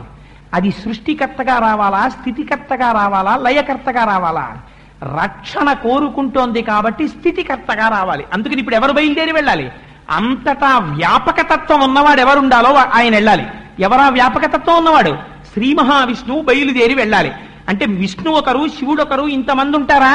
పిలిచిన దానిలో లక్షణము విష్ణువుకు అన్వయమవుతోంది కాబట్టి విష్ణు స్వరూపంగా రావాలి. ఇది ఎలా రావాలి? విష్ణువు అంటే సర్వవ్యాపకుడు, అంతటా ఉన్నవాడు రావాలంది. అంతటా ఉన్నవాడు ఎక్కడ లేడు? ఏనుగులో లేడా, మొసల్లో లేడా, అక్కడ నీళ్లలో లేడా, భూమిలో లేడా, చెట్టులో లేడా, పువ్వులో లేడా, చావలో లేడా, అక్కడున్న ఇతర ఏనుగుల్లో లేడా? ఎందులో లేడు? ఎందులోనూ ఉన్నాడు. ఇందుగలడందులేడని సందేహము వలదు చక్రి సర్వోపగతుండెందెందు వెదకి చూచిన అందందే కలడు దానవాగ్రని వింటే. మరి అంతటా ఉన్నవాడు అక్కడి నుంచి లేచి ఓ ఒడ్డు నుంచి ఎందుకు రాకూడదు? అలా రాడు. ఎందుకు రాడు? కండిషన్ పెట్టింది. మొరగుల మొరలెరుంగుచు తన్ను మొరగువాడు. ఆ వచ్చేటప్పుడు నా బాధ చూసి తనని తాని మరిచిపోయి రావాలన్నాడు. అందుకని మూలస్థానంలోంచి వచ్చాడు. ఎక్కడి నుంచి వచ్చాడు? అల వైకుంఠపురంబులో నగరిలో ఆ మూల సౌధంబుదాపల మందారవనంతరామృతర ప్రాతేందు కాంతోపలోత్పల పర్యంకరమా వినోది యగువాపన్న ప్రసన్నుండు విహ్పల నాగేంద్రము పాహీ పాహీయన కుయ్యాళించి సౌరంభియై. ఎక్కడో అల వైకుంఠపురంబులో. చాలా మంది పెద్దలు చెప్తారు ఇక్కడ దాకా వ్రాసిన తర్వాత పోతన గారికి ఇంకా తర్వాత ఎలా అంధీకరించాలో అర్థం కాలేదు. ఎవరు వస్తారు, ఎందుకు వస్తారు అర్థం కాలేదు. అర్థం కాక సంధ్యావందనం చేసుకొస్తారని భాగవతాన్ని అక్కడ పెట్టి వెళ్ళిపోయారు. వెళ్ళిపోయిన తర్వాత పోతన గారి వేషంలో రామచంద్ర ప్రభు వచ్చి ఈ పద్యాలు పూర్తి చేశారంటారు. అందుకని నిత్యపారాయణ యోగ్యతలో అంత శక్తి ఆ గజేంద్ర మోక్షానికి. తర్వాత పోతన గారు వచ్చి చూసి ఆశ్చర్యపోయారు అంటారు ఆ పద్యాల్ని. అలా వైకుంఠపురంబులో నగరిలో ఆ మూల సౌధంబుదాపల. ఎక్కడో వైకుంఠంలో ఆ రాజమహల్లో ఒక మూల ఉన్నటువంటి అమృత సరోవరానికి ఒడ్డున ఉన్నటువంటి చంద్రకాంత శిలలో చేయబడినటువంటి వేదిక మీద కలువ పువ్వులతో అమర్చబడినటువంటి పాన్పు మీద లక్ష్మీదేవి యొక్క కొంగు పట్టుకుని ఆడుకుంటున్నటువంటి స్వామి ఏనుగు యొక్క పాహీ పాహీ అన్న మాట తన చెవుల్లో పడిందిట. ఏది పాహీ పాహీ? తనని తాను మరిచిపోయి రావాలని ప్రతిజ్ఞ చేసింది. ఇప్పుడు ఎందుకు వస్తున్నాడు? భక్తుడి కోరిక నిలబెట్టడానికి వస్తున్నాడు. శరణాగతి అన్నది ఎంత గొప్పదో చూపిస్తోంది గజేంద్ర మోక్షం. ఈ శరణాగతి చెయ్యడానికి నీకు పూజా మందిరం అక్కర్లేదు. నువ్వు ఎక్కడ ఉండు, నువ్వు శరణాగతి చేసి చెయ్యొచ్చు ఈశ్వరుడికి. ఇది నిర్భయత్వాన్ని ఇస్తోంది గజేంద్ర మోక్షం. నువ్వేం బెంగ పెట్టుకోకు, నువ్వు ఎటువంటి స్థితిలో ఉండు. ఒక్కసారి పేరు పెట్టి కూడా పిలవలేదు, ఒక పేరు పెట్టి పిలవకుండా ఒక్కసారి తత్వ విచారణం చేసిన భగవానుడు వచ్చాడు. నువ్వు పిలవగలిగితే, శరణాగతి చెయ్యగలిగితే, నమ్మవలసిన వాణ్ణి నమ్మగలిగితే ఎందుకు రాడు భగవంతుడు? అభయం ఇచ్చింది మనకి గజేంద్ర మోక్షం. అందుకని ఎలా వచ్చాట? సిరికింజప్పడు శంఖచక్రయుగమున్ చేదోజి సంధింపడే పరివారంబును జీర డభ్రకపతిన్మన్నింపడు ఆకర్ణికాంత రథం మిల్లము చక్కనొత్తడు వివాద ప్రోద్ధిత శ్రీ కుచోపరి చేలాంచలమైన వీడడు గజ ప్రాణావనోత్సాహి. ఆ వచ్చేటప్పుడు తనని తాను మరిచిపోయి రావాలండి. అందుకని సిరికించెప్పడు. లక్ష్మీదేవికి కూడా చెప్పలేదు ఎక్కడికెడుతున్నాడు. చెప్పకుండా శంఖచక్రయుగమున్ చేదోయి సంధింపడు. వ్యాసుల వారు మూలంలో రాసినప్పుడు గరుత్మంతుడి మీద బయలుదేరి వచ్చాడని రాశారు. పోతన గారు రాసినప్పుడు ఆంధ్రీకరించినప్పుడు అలా రాయలేదు. అందుకని సిరికించెప్పడు శంఖచక్రయుగమున్ చేదోయి సంధింపడు ఏ పరివారంబును జీరడు. గరుత్మంతుడి మీదకి ఎక్కలేదు, ఏ పరివారానికి చెప్పలేదు, శంఖచక్రాల్ని చేతిలో పెట్టుకోలేదు. ఆ జుత్తంతా ముడివిడిపోయిలా పడిపోయింది, చివిదుద్దు వరకు వచ్చేసింది. ఆ జుత్తిలా పైకి తీసుకోలేదు. ఆడుకుంటున్న లక్ష్మీదేవి యొక్క పవిట కొంగుని కూడా విడిచిపెట్టలేదు. పెద్ద పెద్ద అంగలేసుకుంటూ వెళ్ళిపోతున్నాడు. పవిట కొంగు ఆయన చేతిలో ఉండిపోయిందేమో. పెద్ద ఆర్తితో పిల్లవాడి కేక వినగానే తండ్రి ఫైల్ రాసుకుంటున్నవాడు పెన్ను పట్టుకు పరిగెత్తుకెళ్ళిపోయినట్టు చేతిలో. పెన్ను ఎందుకయ్యా పట్టుకొచ్చావు? దానికి ఏం అర్థం లేదు, పెన్ను పట్టుకున్నవాడు పట్టుకున్నట్టు వెళ్ళిపోయాడంతే. అలా లక్ష్మీదేవి యొక్క కొంగు చేతిలో పట్టుకున్నవాడు పట్టుకున్నట్టు పరిగెత్తుకెళ్ళిపోతున్నాడు. వెళ్ళిపోతుంటే ఇప్పుడు అమ్మవారి కొంగు చేతిలో ఉండిపోయింది, అమ్మవారు పరిగెడుతోంది. తమ వెంటన్ సిరి లచ్చి వెంట నవరోధ వ్రాతమున్ దాని వెనుక పక్షీంద్రుడును ధను కౌమోదికి శంఖచక్ర నికాయంబును నారదుండు ధ్వజనీకాంతుడు తావొచ్చి రొయ్యన వైకుంఠ పురంబునన్ కలుగువా రాబాల గోపాలమున్. ఆ వెనకాతల ఇంకా తన వెంటన్ సిరి, ఆ వెనకాతల లక్ష్మీదేవి వచ్చేస్తోంది. లక్ష్మీదేవి వెనకాతల శంఖచక్రాలు వచ్చేస్తున్నాయి, గదొచ్చేస్తోంది, ధనస్సు వచ్చేస్తోంది. ఆ వెనకాతల నారదుడు వచ్చేస్తున్నాడు, విశ్వక్సేనుడు వచ్చేస్తున్నాడు, వైకుంఠంలో ఉన్నటువంటి పరివారం అందరూ వచ్చేస్తున్నారు. అందరూ కలిపి పరుగును వచ్చేస్తున్నారు. వచ్చేస్తుంటే పోతన గారు మనకి లైవ్ టెలికాస్ట్ ఇచ్చారండి. శరణాగతి చేసిన వాడి కోసం పరమాత్మ తీసేటటువంటి పరుగులు ఎలా ఉంటాయో మనకి చూపించారు. తాటంకాచలనంబుతో నటభుజద్ధమ్మిల్ల బంధంబుతో శాటీముక్త కుచంబుతో నృఢ చెంచత్కంచితో శీర్ణలలాటలేపనముతో మనోహర కరాలగ్నోత్తరీయంబుతో అని కోటీందు ప్రభతో ఉరోజబర సంకోచ ద్విలగ్నంబుతో. అందరికన్నా కష్టపడింది ఎవరయ్యా అంటే మా అమ్మే. ఎందుకని పవిట కొంగు పట్టుకుని వెళ్ళిపోతుంటేట తాటంకాచలనంబుతో ఆ పమిటిలా పట్టుకుని ఆవిడ పరిగెడుతోంది. పాపం పరిగెడుతుంటే ఈ తాటంకములు ఇలా కదిలిపోతున్నాయిట. తాటంకాచలనంబుతో భుజనటద్ధమ్మిల్ల బంధంబుతో పవిట కొంగు ఇలా పట్టుకుని పరిగెత్తడంలో ఈ భుజాలు రెండు ఇలా ఉన్నాయేమో పైకి, ఈ వేసుకున్నటువంటి ముడి రెండు భుజాల మీద గుద్దుకుంటోందిట, అంత గబగబా నడుస్తోందిట. భుజనటద్ధమ్మిల్ల బంధంబుతో శాటీముక్త కుచంబుతో అమ్మవారి పవిట పూర్తిగా కప్పుకుని ఎలా ఉండాలో అలా కూడా లేదుట. అలా ఉండకుండా పవిట మధ్యలోకి వచ్చేసి అమ్మ ఎప్పుడూ వేసుకోని రీతిలో పవిట వేసుకున్నట్టు కనబడుతోందిట. అందుకని శాటీముక్త కుచంబుతో నధుడ చెంచత్కంచితో అంత గబగబా వెళ్లడంలో నడుముకు పెట్టుకున్న వడ్డాణం వదులైపోయి కిందకి జారిపోతోందిట. గణ గణ గణ గణ గంటలు మోగేస్తున్నాయిట. ఆ నధుడ చెంచత్కంచితో శీర్ణలలాటలేపనముతో అమ్మవారు అంగరాగములు పూసుకుంది. అవన్నీ చెదిరిపోయి చెమట్లు పట్టి కిందకి కారిపోతున్నాయిట. శీర్ణలలాటలేపనముతో మనోహర కరాలగ్నోత్తరీయంబుతో ఆ ముందు శ్రీ మహావిష్ణువు తీసుకెళ్లిపోతున్నటువంటి పవిట కొంగ ఆయన చేతిలో ఉండిపోయింది. రెండు చేతులు ఇలా అడ్డు పెట్టుకుని అమ్మవారు పరిగెడుతోంది. అందుకని ఆ కోటీందు ప్రభతో ఒక్కసారి కోటి చంద్రులు ప్రకాశించిన అందంతో ఉందిట. కోటీందు ప్రభతో ఉరోజభర సంకోచ ద్విలగ్నంబుతోన్ వక్షోజముల యొక్క భారాన్ని మొయ్యలేక నకనకలాడుతున్న నడువుతో నడుస్తోందిట. ఎందుకు ఆ మాట అనడం? ఆవిడ జగత్తుకంతటికి తల్లి కనుక, పాలు తాగి మనం బతుకుతున్నాం కనుక. అటువంటి అమ్మ అంత కష్టపడి పరిగెడుతోంది. ఆ రోజున పరిగెడుతుంటే ఇలా ఎప్పుడూ చూడలేదు శ్రీ మహావిష్ణువుని. ఇదేమిటి ఇలా వెళ్ళిపోతున్నాడు ఈయన? తను వెంచేయుపదంబు పేర్కొనడనాథ స్త్రీ జనాలాపముల్ వినెనో మృత్యులు మృత్యురించిర ఖలుల్ వేద ప్రపంచంబులన్ ధనుజానీకము దేవతానగరిపై దండెత్తెనో భక్తులన్ కని నారాయణుడేడి తెలుపుడని ధిక్కారించిరో దుర్జనుల్. అమ్మవారు అనుకుంటోందట మనస్సులో, ఎప్పుడు వెళ్ళిపోతుంటారట భగవంతుడు ఇలా ఎవరికి చెప్పకుండా చెయ్యకుండా పరిగెత్తే సందర్భాలు కొని చెప్పింది అమ్మవారు. ఎప్పుడు తను వేంచేయుపదంబు పేర్కొనడనాథ స్త్రీ జనాలాపముల్ విననో, అన్నీ శరణాగతే. ఎప్పుడైనా ఆడవాళ్లు చాలా కష్టంలో ఉండి గోవిందా కృష్ణ అంటే ఇలా పరిగెత్తాడు ఒకసారి. ఇప్పుడు ద్రౌపదీ మాన సంరక్షణం కోసం పరిగెత్తాడు. అందుకని తను వేంచేయు పదంబు పేర్కొనడనాథ స్త్రీ జనాలాపముల్ విననో మృత్యులు మృత్యురించులు కలుల్ వేద ప్రపంచంబులన్. దొంగలు వేదాలను ఎత్తుకుపోయారేమో ఒకవేళ సోమకుడు మొదలైన వాళ్ళు, అప్పుడు మళ్ళీ లోకాన్ని నిలబెట్టడానికి ఆయన పరిగెడుతుంటాడు. అందుకని మృత్యుల్ మృత్యురించిరో కలుల్ వేద ప్రపంచంబులన్ ధనుజానీకము దేవతానగరిపై దండెత్తెనో. ఒకవేళ రాక్షసులు దేవతానగరం మీదకి యుద్ధానికి వచ్చారేమో, భక్తులంకని నారాయణుడేడి తెల్పుడని ధిక్కారించిరో దుర్జనుల్. చిన్న పిల్లల్ని పట్టుకుని ఎక్కడున్నారా భగవంతుడు చూపమని రాక్షసులైనటువంటి వాళ్ళు నిగ్రహిస్తున్నారేమో, ప్రహ్లాదాదులకు వచ్చినటువంటి కష్టం. అందుకని ఇటువంటప్పుడు స్వామి వెడుతుంటాడు. ఏమో ఏం జరిగిందో అని అమ్మవారు ఆశ్చర్యపోతోందిట. ఈ చుట్టూ ఉన్న పరివారం అందరూ వచ్చి, అమ్మా ఇలా ఎప్పుడు స్వామి వెళ్ళడం మేము చూడలేదమ్మా, ఎక్కడికెడతాడో అడగడానికే మాకు భయం వేస్తోంది తల్లి, నువ్వెళ్ళడుగమ్మా అంటారు వాళ్ళు. ఏమడుగుతుంది? ఒక పక్క పవిటకం కట్టుకుని వెళ్ళిపోతున్నాడు. ముందుకెడదామంటే అడుగులలో అడుగులు పడిపోయి తడబడి కింద పడిపోతుంది తల్లి. ముందుకెడితే మాట్లాడేలా లేడు స్వామి, చెమటలు పట్టి గబ గబ గబ గబ ఆంగలేసుకుంటూ వెళ్ళిపోతున్నాడు. మధ్యభాలు పడిపోయి ఇంకా మళ్ళీ మధ్యభం రక్షింపబడే వరకు పోతన గారికి అంత ఆర్తితో పడ్డాయి పద్యాలు పోతన గారి దగ్గర. అందుకని అంత తొందరగా వెళ్ళిపోతుంటే అడిగెదనని కడుబడి జను అడిగిన తన మగడు నుడుబట నిన్నడయ్య డగున్ వెడబెడ్డ సిడ్డి ముడ్డిత డబడ్డ నడ్డుగిడ్డదు జడ్డిమా నడ్డుగిడ్డునే డలన్. ఆ తడబడిపోయి అడుగులు తడబడిపోతూ ఆయన కాళ్లలో కాళ్ళేసుకుంటూ నడవలేక పరిగెత్తుతూ చెమట పడుతూ వెళ్ళిపోతోందిట. అసలు కష్టమంతా ఎవరికొచ్చింది? వెళ్ళిపోతున్నాయని బానే వెళ్ళిపోతున్నాడు. కష్టాలన్నీ పాపం మా అమ్మకొచ్చాయి. ఎందుకని?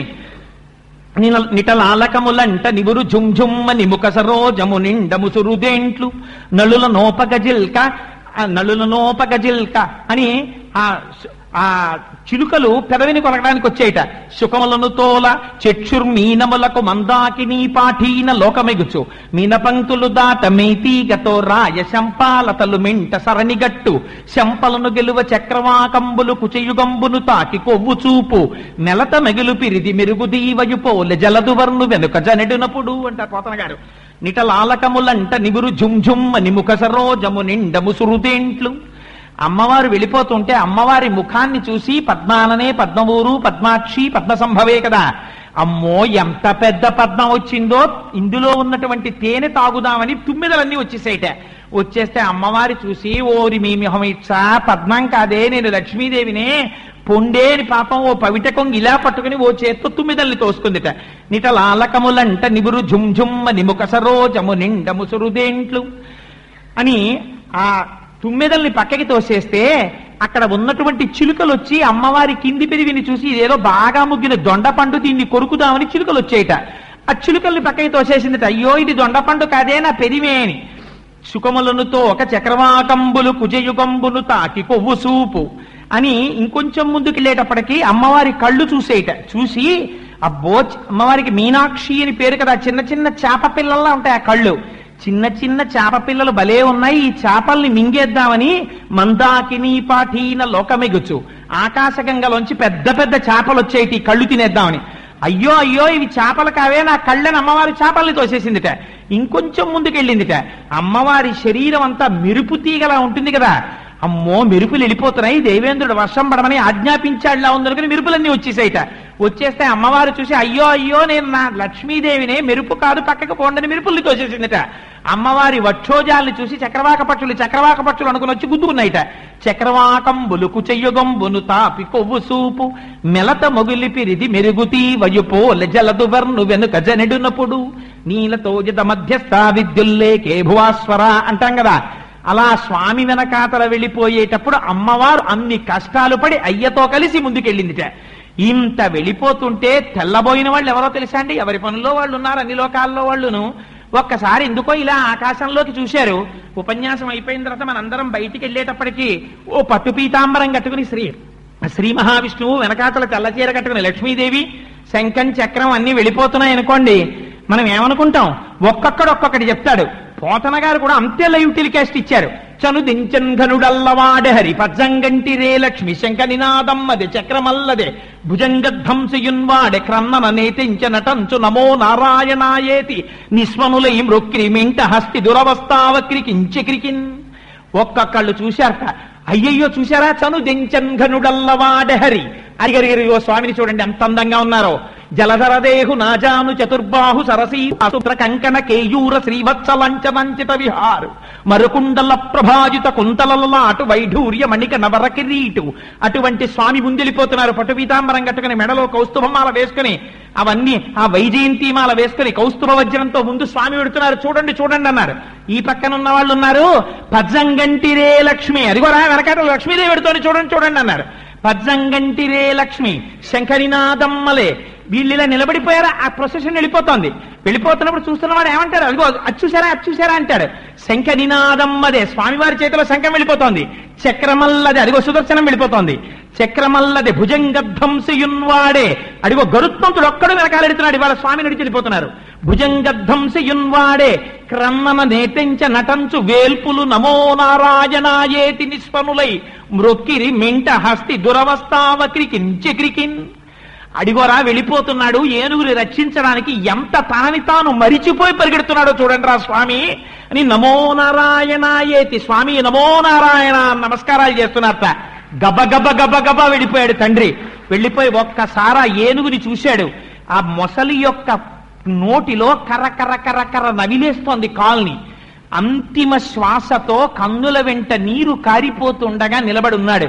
వెంటనే ఒక్కసారి తన సుదర్శనానికి ఆజ్ఞ ఇచ్చాడు. ఆ చక్రం వెళ్ళింది, పెద్ద చప్పుడు చేసుకుంటూ నీటిలో దిగింది.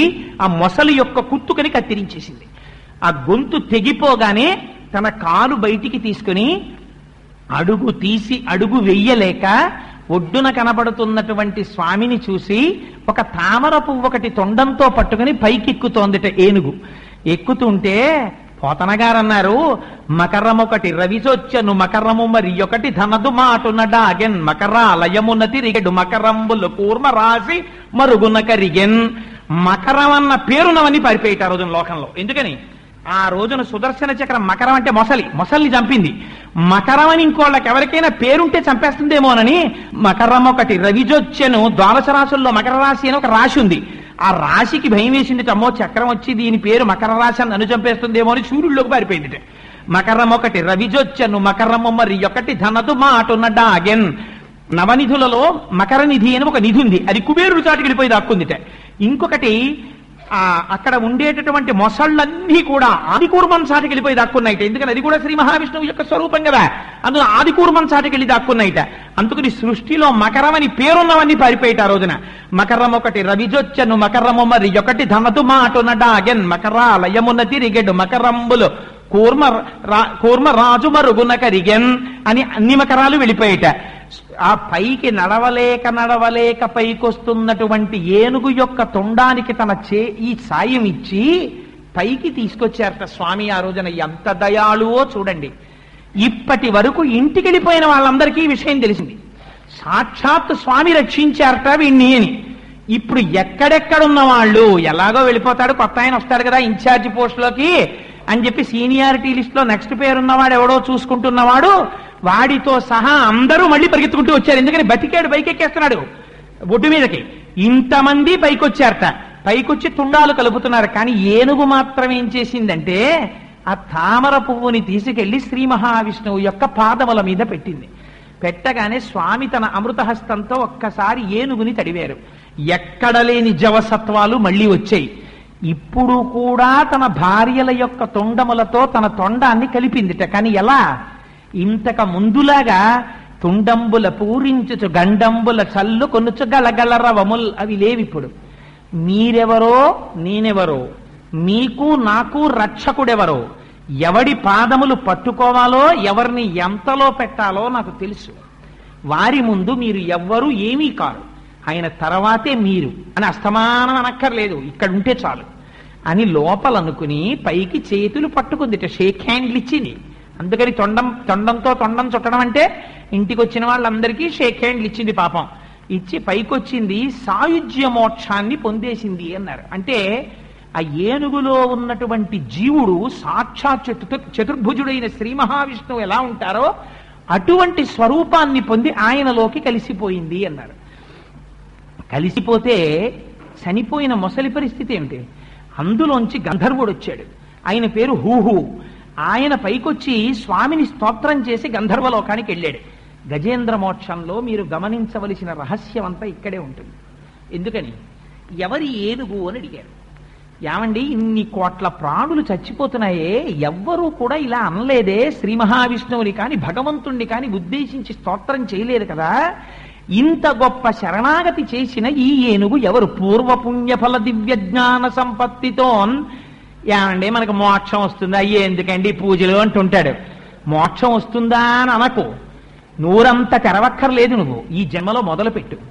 ఒకసారి కైంకర్యం పూజ మొదలు పెడితే ఇది వచ్చే జన్మలో నీకు ఉపయోగపడచ్చు.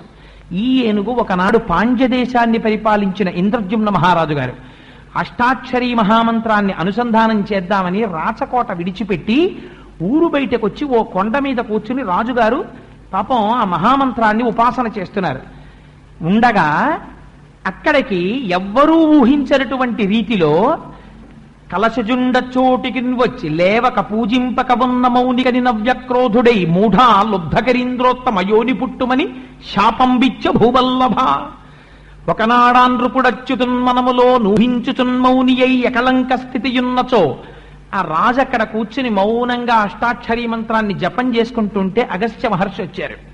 నేను అష్టాక్షరీ మహామంత్రాన్ని అనుసంధానం చేసుకుంటున్నాను, అగస్త్యుడు వస్తే మాత్రం లేవడం ఎందుకు? లేవలేదు ఆ ఇంద్రజుమ్న మహారాజు గారు. మీరు ఎంత పూజ చేసుకుంటూ ఉండండి, పూజ కన్నా గొప్పది ఇంటికి భాగవతులు రావడం. అసలు ఇంట్లో కార్యం నెరవేరిందని గుర్తేమిటో తెలుసా? ఇంటికి శుభం జరుగుతుంది అని గుర్తెప్పుడు అంటే, ఇంటికి శుభం జరుగుతుంది అని గుర్తు మహాత్ములైన వాళ్ళు ఆ ఇంట్లో అడుగు పెట్టినప్పుడు. ఊరక రారు మహాత్ములు వారధముల ఇండ్ల కడకు వచ్చుటలెల్లన్ కారణము మంగళములకు నీవొచ్చుట శుభము మాకు నిజము మహాత్మా. ఆయనే అనవసరంగా అదే పనిగా తిరిగేవాడు కాడు, ఎందుకో వచ్చాడు. ఆయన రావడం నీ ఇంటికి మంగళప్రదం. ఆ వచ్చినటువంటి వాడు శూన్య హృదయంతో అవమానింపబడి సత్కరింపబడక వెళ్ళిపోయాడు అనుకోండి, అందువల్ల ఈశ్వరుడికి అపారమైన ఆగ్రహం కలుగుతుంది. దానివల్ల వాడు పొందేటటువంటి విపత్తు అంతా ఇంతా కాదు. అందుకని రక్షించాలనుకున్నాడు అగస్త్యుడు. నేను వచ్చాను. అగస్త్యుడంటే సామాన్యుడు కాడు, మహానుభావుడు. అటువంటి అగస్త్య మహర్షి వస్తే లేవలేదు ఇంద్రజుమ్న మహారాజు గారు. అష్టాక్షరీ మంత్రం చేసుకుంటున్నాను అనుకున్నాడు. లేవకపోయినటువంటి కారణం చేత కాళ్ళకి నీళ్ళిచ్చి తాగమని కాస్త ఆచమనీయం ఇవ్వకపోయినటువంటి పాపానికి రాబోవు జన్మలలో అనుభవించవలసినటువంటి పాప ఫలితాన్ని ఊహించి ఉద్ధరించడం కోసమని అనుగ్రహించాడు. అది శాపం అంటే. ఎన్ని కోట్ల జన్మలో ప్రవర్తించావు కాబట్టి ఏనుగు యోనిలో జన్మించు అన్నాడు. అందుకని ఏనుగు యొక్క లక్షణాలు వచ్చాయి. పృథుశక్తిన్, భూమిని పట్టుకుని ఉండడం అంటే సంసారంలో మగ్నుడై ఉండడం. అన్ని ప్రాణుల కన్నా తక్కువ ఎగిరేది ఏనుగు. ఏనుగు ఎక్కువ ఎగరలేదు, ఎందుకంటే తన ఒంటి బరువే తనకి అడ్డొస్తుంది. అలా మనం ఈశ్వరుడి వైపుకి ఉన్ముఖం కాలేము, ఎందుకని లోపల సంసారం అనే బరువు మనకు ఉండిపోయింది. అందుకని మనకదే చెప్తున్నారు. అందుకని భాగవతారాధనము చేయనటువంటి పాపము చేత ఈ జన్మలో ఏనుగు యోని ఎందు పుట్టాడు. కానీ గత జన్మలో పుణ్యం ఉంది, స్వామిని ఆరాధించిన పుణ్యం. ఆ పుణ్యం ఎప్పుడెక్కడికి వచ్చింది? ఖచ్చితంగా ఊపిరి ఆగిపోయేటటువంటి సమయంలో ఈ పుణ్యం పనికొచ్చి ఈశ్వరనామం చెప్పించింది. అందుకని ఈ జన్మలో నువ్వు చేసుకున్న పుణ్యం వచ్చే జన్మలో నిన్ను కాపాడవచ్చు, అప్పుడు రావచ్చు మోక్షం. చెప్పలేం. అందుకని మోక్షం వస్తుందా అండి అని ఇంత నోరు తెరిచి ఏమీ చేయడం మానేస్తే పుడుతూనే ఉంటావు. 10 లక్ష కోట్ల కరణీనాథుండనయ్యుండి 10 లక్షల కోట్ల ఏనుగులకి భర్త అయి ఉంటాడండి ఎవడైనా? అంటే ఎన్ని కోట్ల జన్మలెత్తావో అని దాని అర్థం. ఇప్పుడంటే కోటేశ్వరరావు, ఇప్పుడంటే భార్య ఒక ఆవిడే. ఇంతకు ముందు ఈ ఉపాధిలో ఉన్న జీవుడు ఏ శరీరంలోంచి వచ్చాడో, ఒకనాడు నేను ఒక కుక్కనై ఉండుండొచ్చు, అప్పుడు నాకు ఒక ఆడకుక్క నా భార్య అయి ఉండొచ్చు, నేను ఒక పందినై ఉండొచ్చు, ఒక ఆడపంది నా భార్య అయి ఉండొచ్చు. ఎన్ని జన్మలెత్తాను! ఇప్పటికి ఈ జన్మలో మనుష్య జన్మనెత్తాను. అలా చూసుకున్నప్పుడు నా జన్మలన్నిటికీ భార్యలున్నారు. ఎన్ని కోట్ల మంది భార్యలకి నేను భర్తను? ఎవరు? లోపలున్న జీవుడు. ఇది ఏనుగు యొక్క కథ అంటే. ఇప్పుడు ఎవరికి లేరు భార్యలు, ఎవరికి లేరు భర్తలు, అందుకని అందరూ ఈ స్థితిని పొందిన వారే. శరణాగతి నిన్ను ఆ స్థాయికి తీసుకెళ్ళగలదు. ఆ శరణాగతికి నువ్వు ఇప్పుడే ఈశ్వరార్చన యందు నిపుణుడవై ఉండాలి. నామని చెప్పుకో. ఒక్కసారి ఆయన స్తోత్రం చేశావా ఆయన ప్రీతి పొందేస్తాడు. నువ్వేమిస్తావు భగవంతుడికి? నువ్వేమిస్తాననకు. ఆయన నామం ప్రీతితో చెప్పుకుంటుండు. ఆయనే నీకు రక్షకుడై కాపాడతాడు. ఇది మనకి నేర్పింది. మరి ఒకే శ్రీ మహావిష్ణువు చక్ర ప్రయోగం చేశారు. ఆ మొసలి సంహరింపబడింది. మొసలికి మోక్షం వచ్చిందా? రాలేదు. కారణం ఏమిటి? గత జన్మలో మొసలి యొక్క స్థితి వేరు. ఎందుకని? ఆయన హూహూ అన్న గంధర్వుడు. ఆయన నీటిలో నిలబడి స్నానం చేస్తున్నాడు. చుట్టూ అప్సర స్త్రీలను పెట్టుకుని ఉన్నాడు. వాళ్లతో క్రీడిస్తూ స్నానం చేస్తున్నాడు. స్నానం చేస్తూ ఉండగా అక్కడికి దేవల మహర్షి అనబడేటటువంటి మహర్షి వచ్చారు. ఆయన కూడా స్నానం చేస్తున్నారు.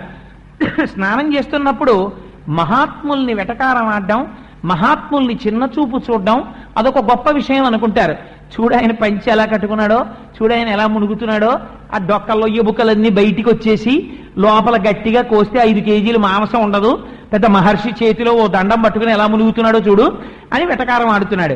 వీళ్ళందరూ నవ్వుతున్నారు. వీళ్ళని బాగా నవ్వించాలనుకున్నాడు. మదోన్మత్తుడయ్యాడు.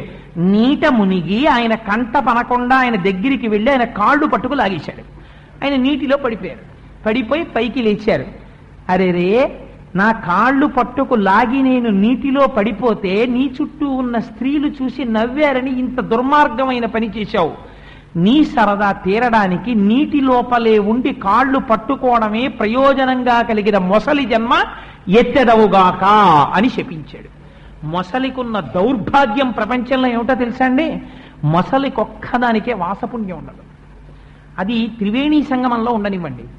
త్రివేణీ సంగమంలో బతికున్న నాళ్లు మొసలి ఉండనివ్వండి. దానికి స్నానం చేసిన ఫలితం దాని ఖాతాలో వేరు. ఎందుకు వేరో తెలుసా? నీళ్లల్లో ఉంటుంది కానీ శరీరం అంతా నీళ్లల్లో పెట్టి ముక్కొక్కటే పైకి పెట్టి దాని పని ఏమిటంటే ఎవరు నీళ్లల్లో దిగురుతున్నారు, ఎవరిని పట్టుకుందాం, ఇదే ఆలోచన పెట్టుకుని ఎప్పుడు నీటి అడుగు నుంచి వచ్చి ఎవరి కాలు పట్టుకు లాక్కెళ్ళిపోదామనే చూస్తుంటుంది. మనస్సులో ఉన్న పాప ప్రవృత్తి చేత పైనున్న ఉపాధి త్రివేణి సంగమంలో ఉన్న మొసలికి మాత్రం ఇహ పుణ్యం రాదు. అందుకని అంత భయంకరమైన జన్మనిచ్చారు. ఎక్కడ పడ్డాడు? వెళ్ళి త్రికూటాచల పర్వతం మీద ఉన్నటువంటి సరోవరంలో పడ్డాడు.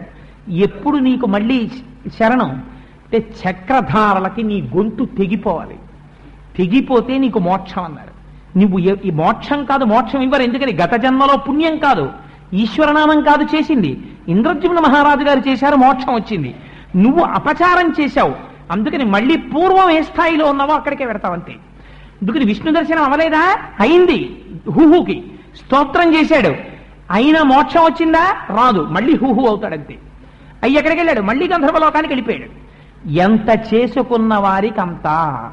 అందుకని 1000 నామాలు వచ్చాయి. సహస్రనామాలు రావడానికి కారణం ఏమిటి?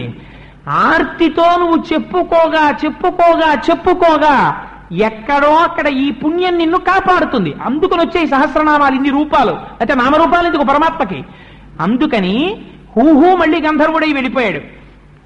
ఇన్ని ధర్మ సూక్ష్మాల్ని మనకి చెప్పి ఒక విషయం చెప్పారు. సాధారణంగా భాగవతంలో ఎక్కడైనా ఫలస్తుతి చెప్తే దాన్ని పుస్తకాన్ని వ్రాసినటువంటి వారు ఎవరున్నారో వారు చెప్తారు. ఇది చదివితే ఈ ఫలితం వస్తుందని చెప్పారు. కానీ అపారమైన కృప వహించి గజేంద్ర మోక్షానికి మాత్రం సాక్షాత్తుగా శ్రీమన్నారాయణుడు ఫలస్తుతి చెప్పాడు. ఎంత గొప్ప ఫలస్తుతో చెప్పి తెలుసా అండి? నరనాథ నీకును నాచేత వివరింపబడిన గజరాజ మోక్షణ కథ విను వారికి యశములిచ్చును దురితాపహంబు దుస్వప్ననాశంబు దుఃఖ సంహారంబు ప్రొద్దున మేల్గాంచి పూత వృత్తి నిత్యంబు పటించు నిర్మలాత్మకులైన విప్రులకు బహు విభవమమరు మోక్షమరచేతి దయ్యుండు ముదము చేరుననుచు విష్ణుండు ప్రీతుడై ఆనతిచ్చే సాక్షాత్తుగా శ్రీ మహావిష్ణువే ఫలస్తుతి చెప్పారు. ఏమని?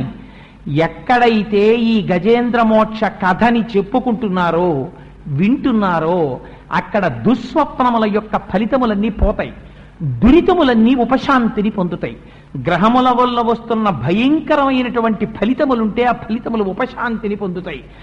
ఎవరెవరు నిద్ర తెలివి రాగానే కన్ను రెప్ప విప్పకుండా ఒక్కసారి ఆ సరోవరాన్ని తలుచుకుని, సరోవరంలో ఏనుగుని, అక్కడ ఉన్న చెట్లని తలుచుకుని, ఏనుగు చేసినటువంటి ప్రార్థన, ఇందాక సంస్కృతంలో చెప్పింది ఉందే, తస్మై నమః పరేశాయ బ్రహ్మణేనంత శక్తయే, అది కాని అనువాద పద్యాలు కాని, ఈ పద్యాల్ని చదువుకుని శ్రీ మహావిష్ణువుని, ఏనుగుని, మొసల్ని తలుచుకుని ఒక్క నిమిషం గిర్రను తలుచుకుని కన్ను విప్పుతారో, అది ఎవరికైనా అలవాటైతే శ్రీ మహావిష్ణువు వరం ఇచ్చారు.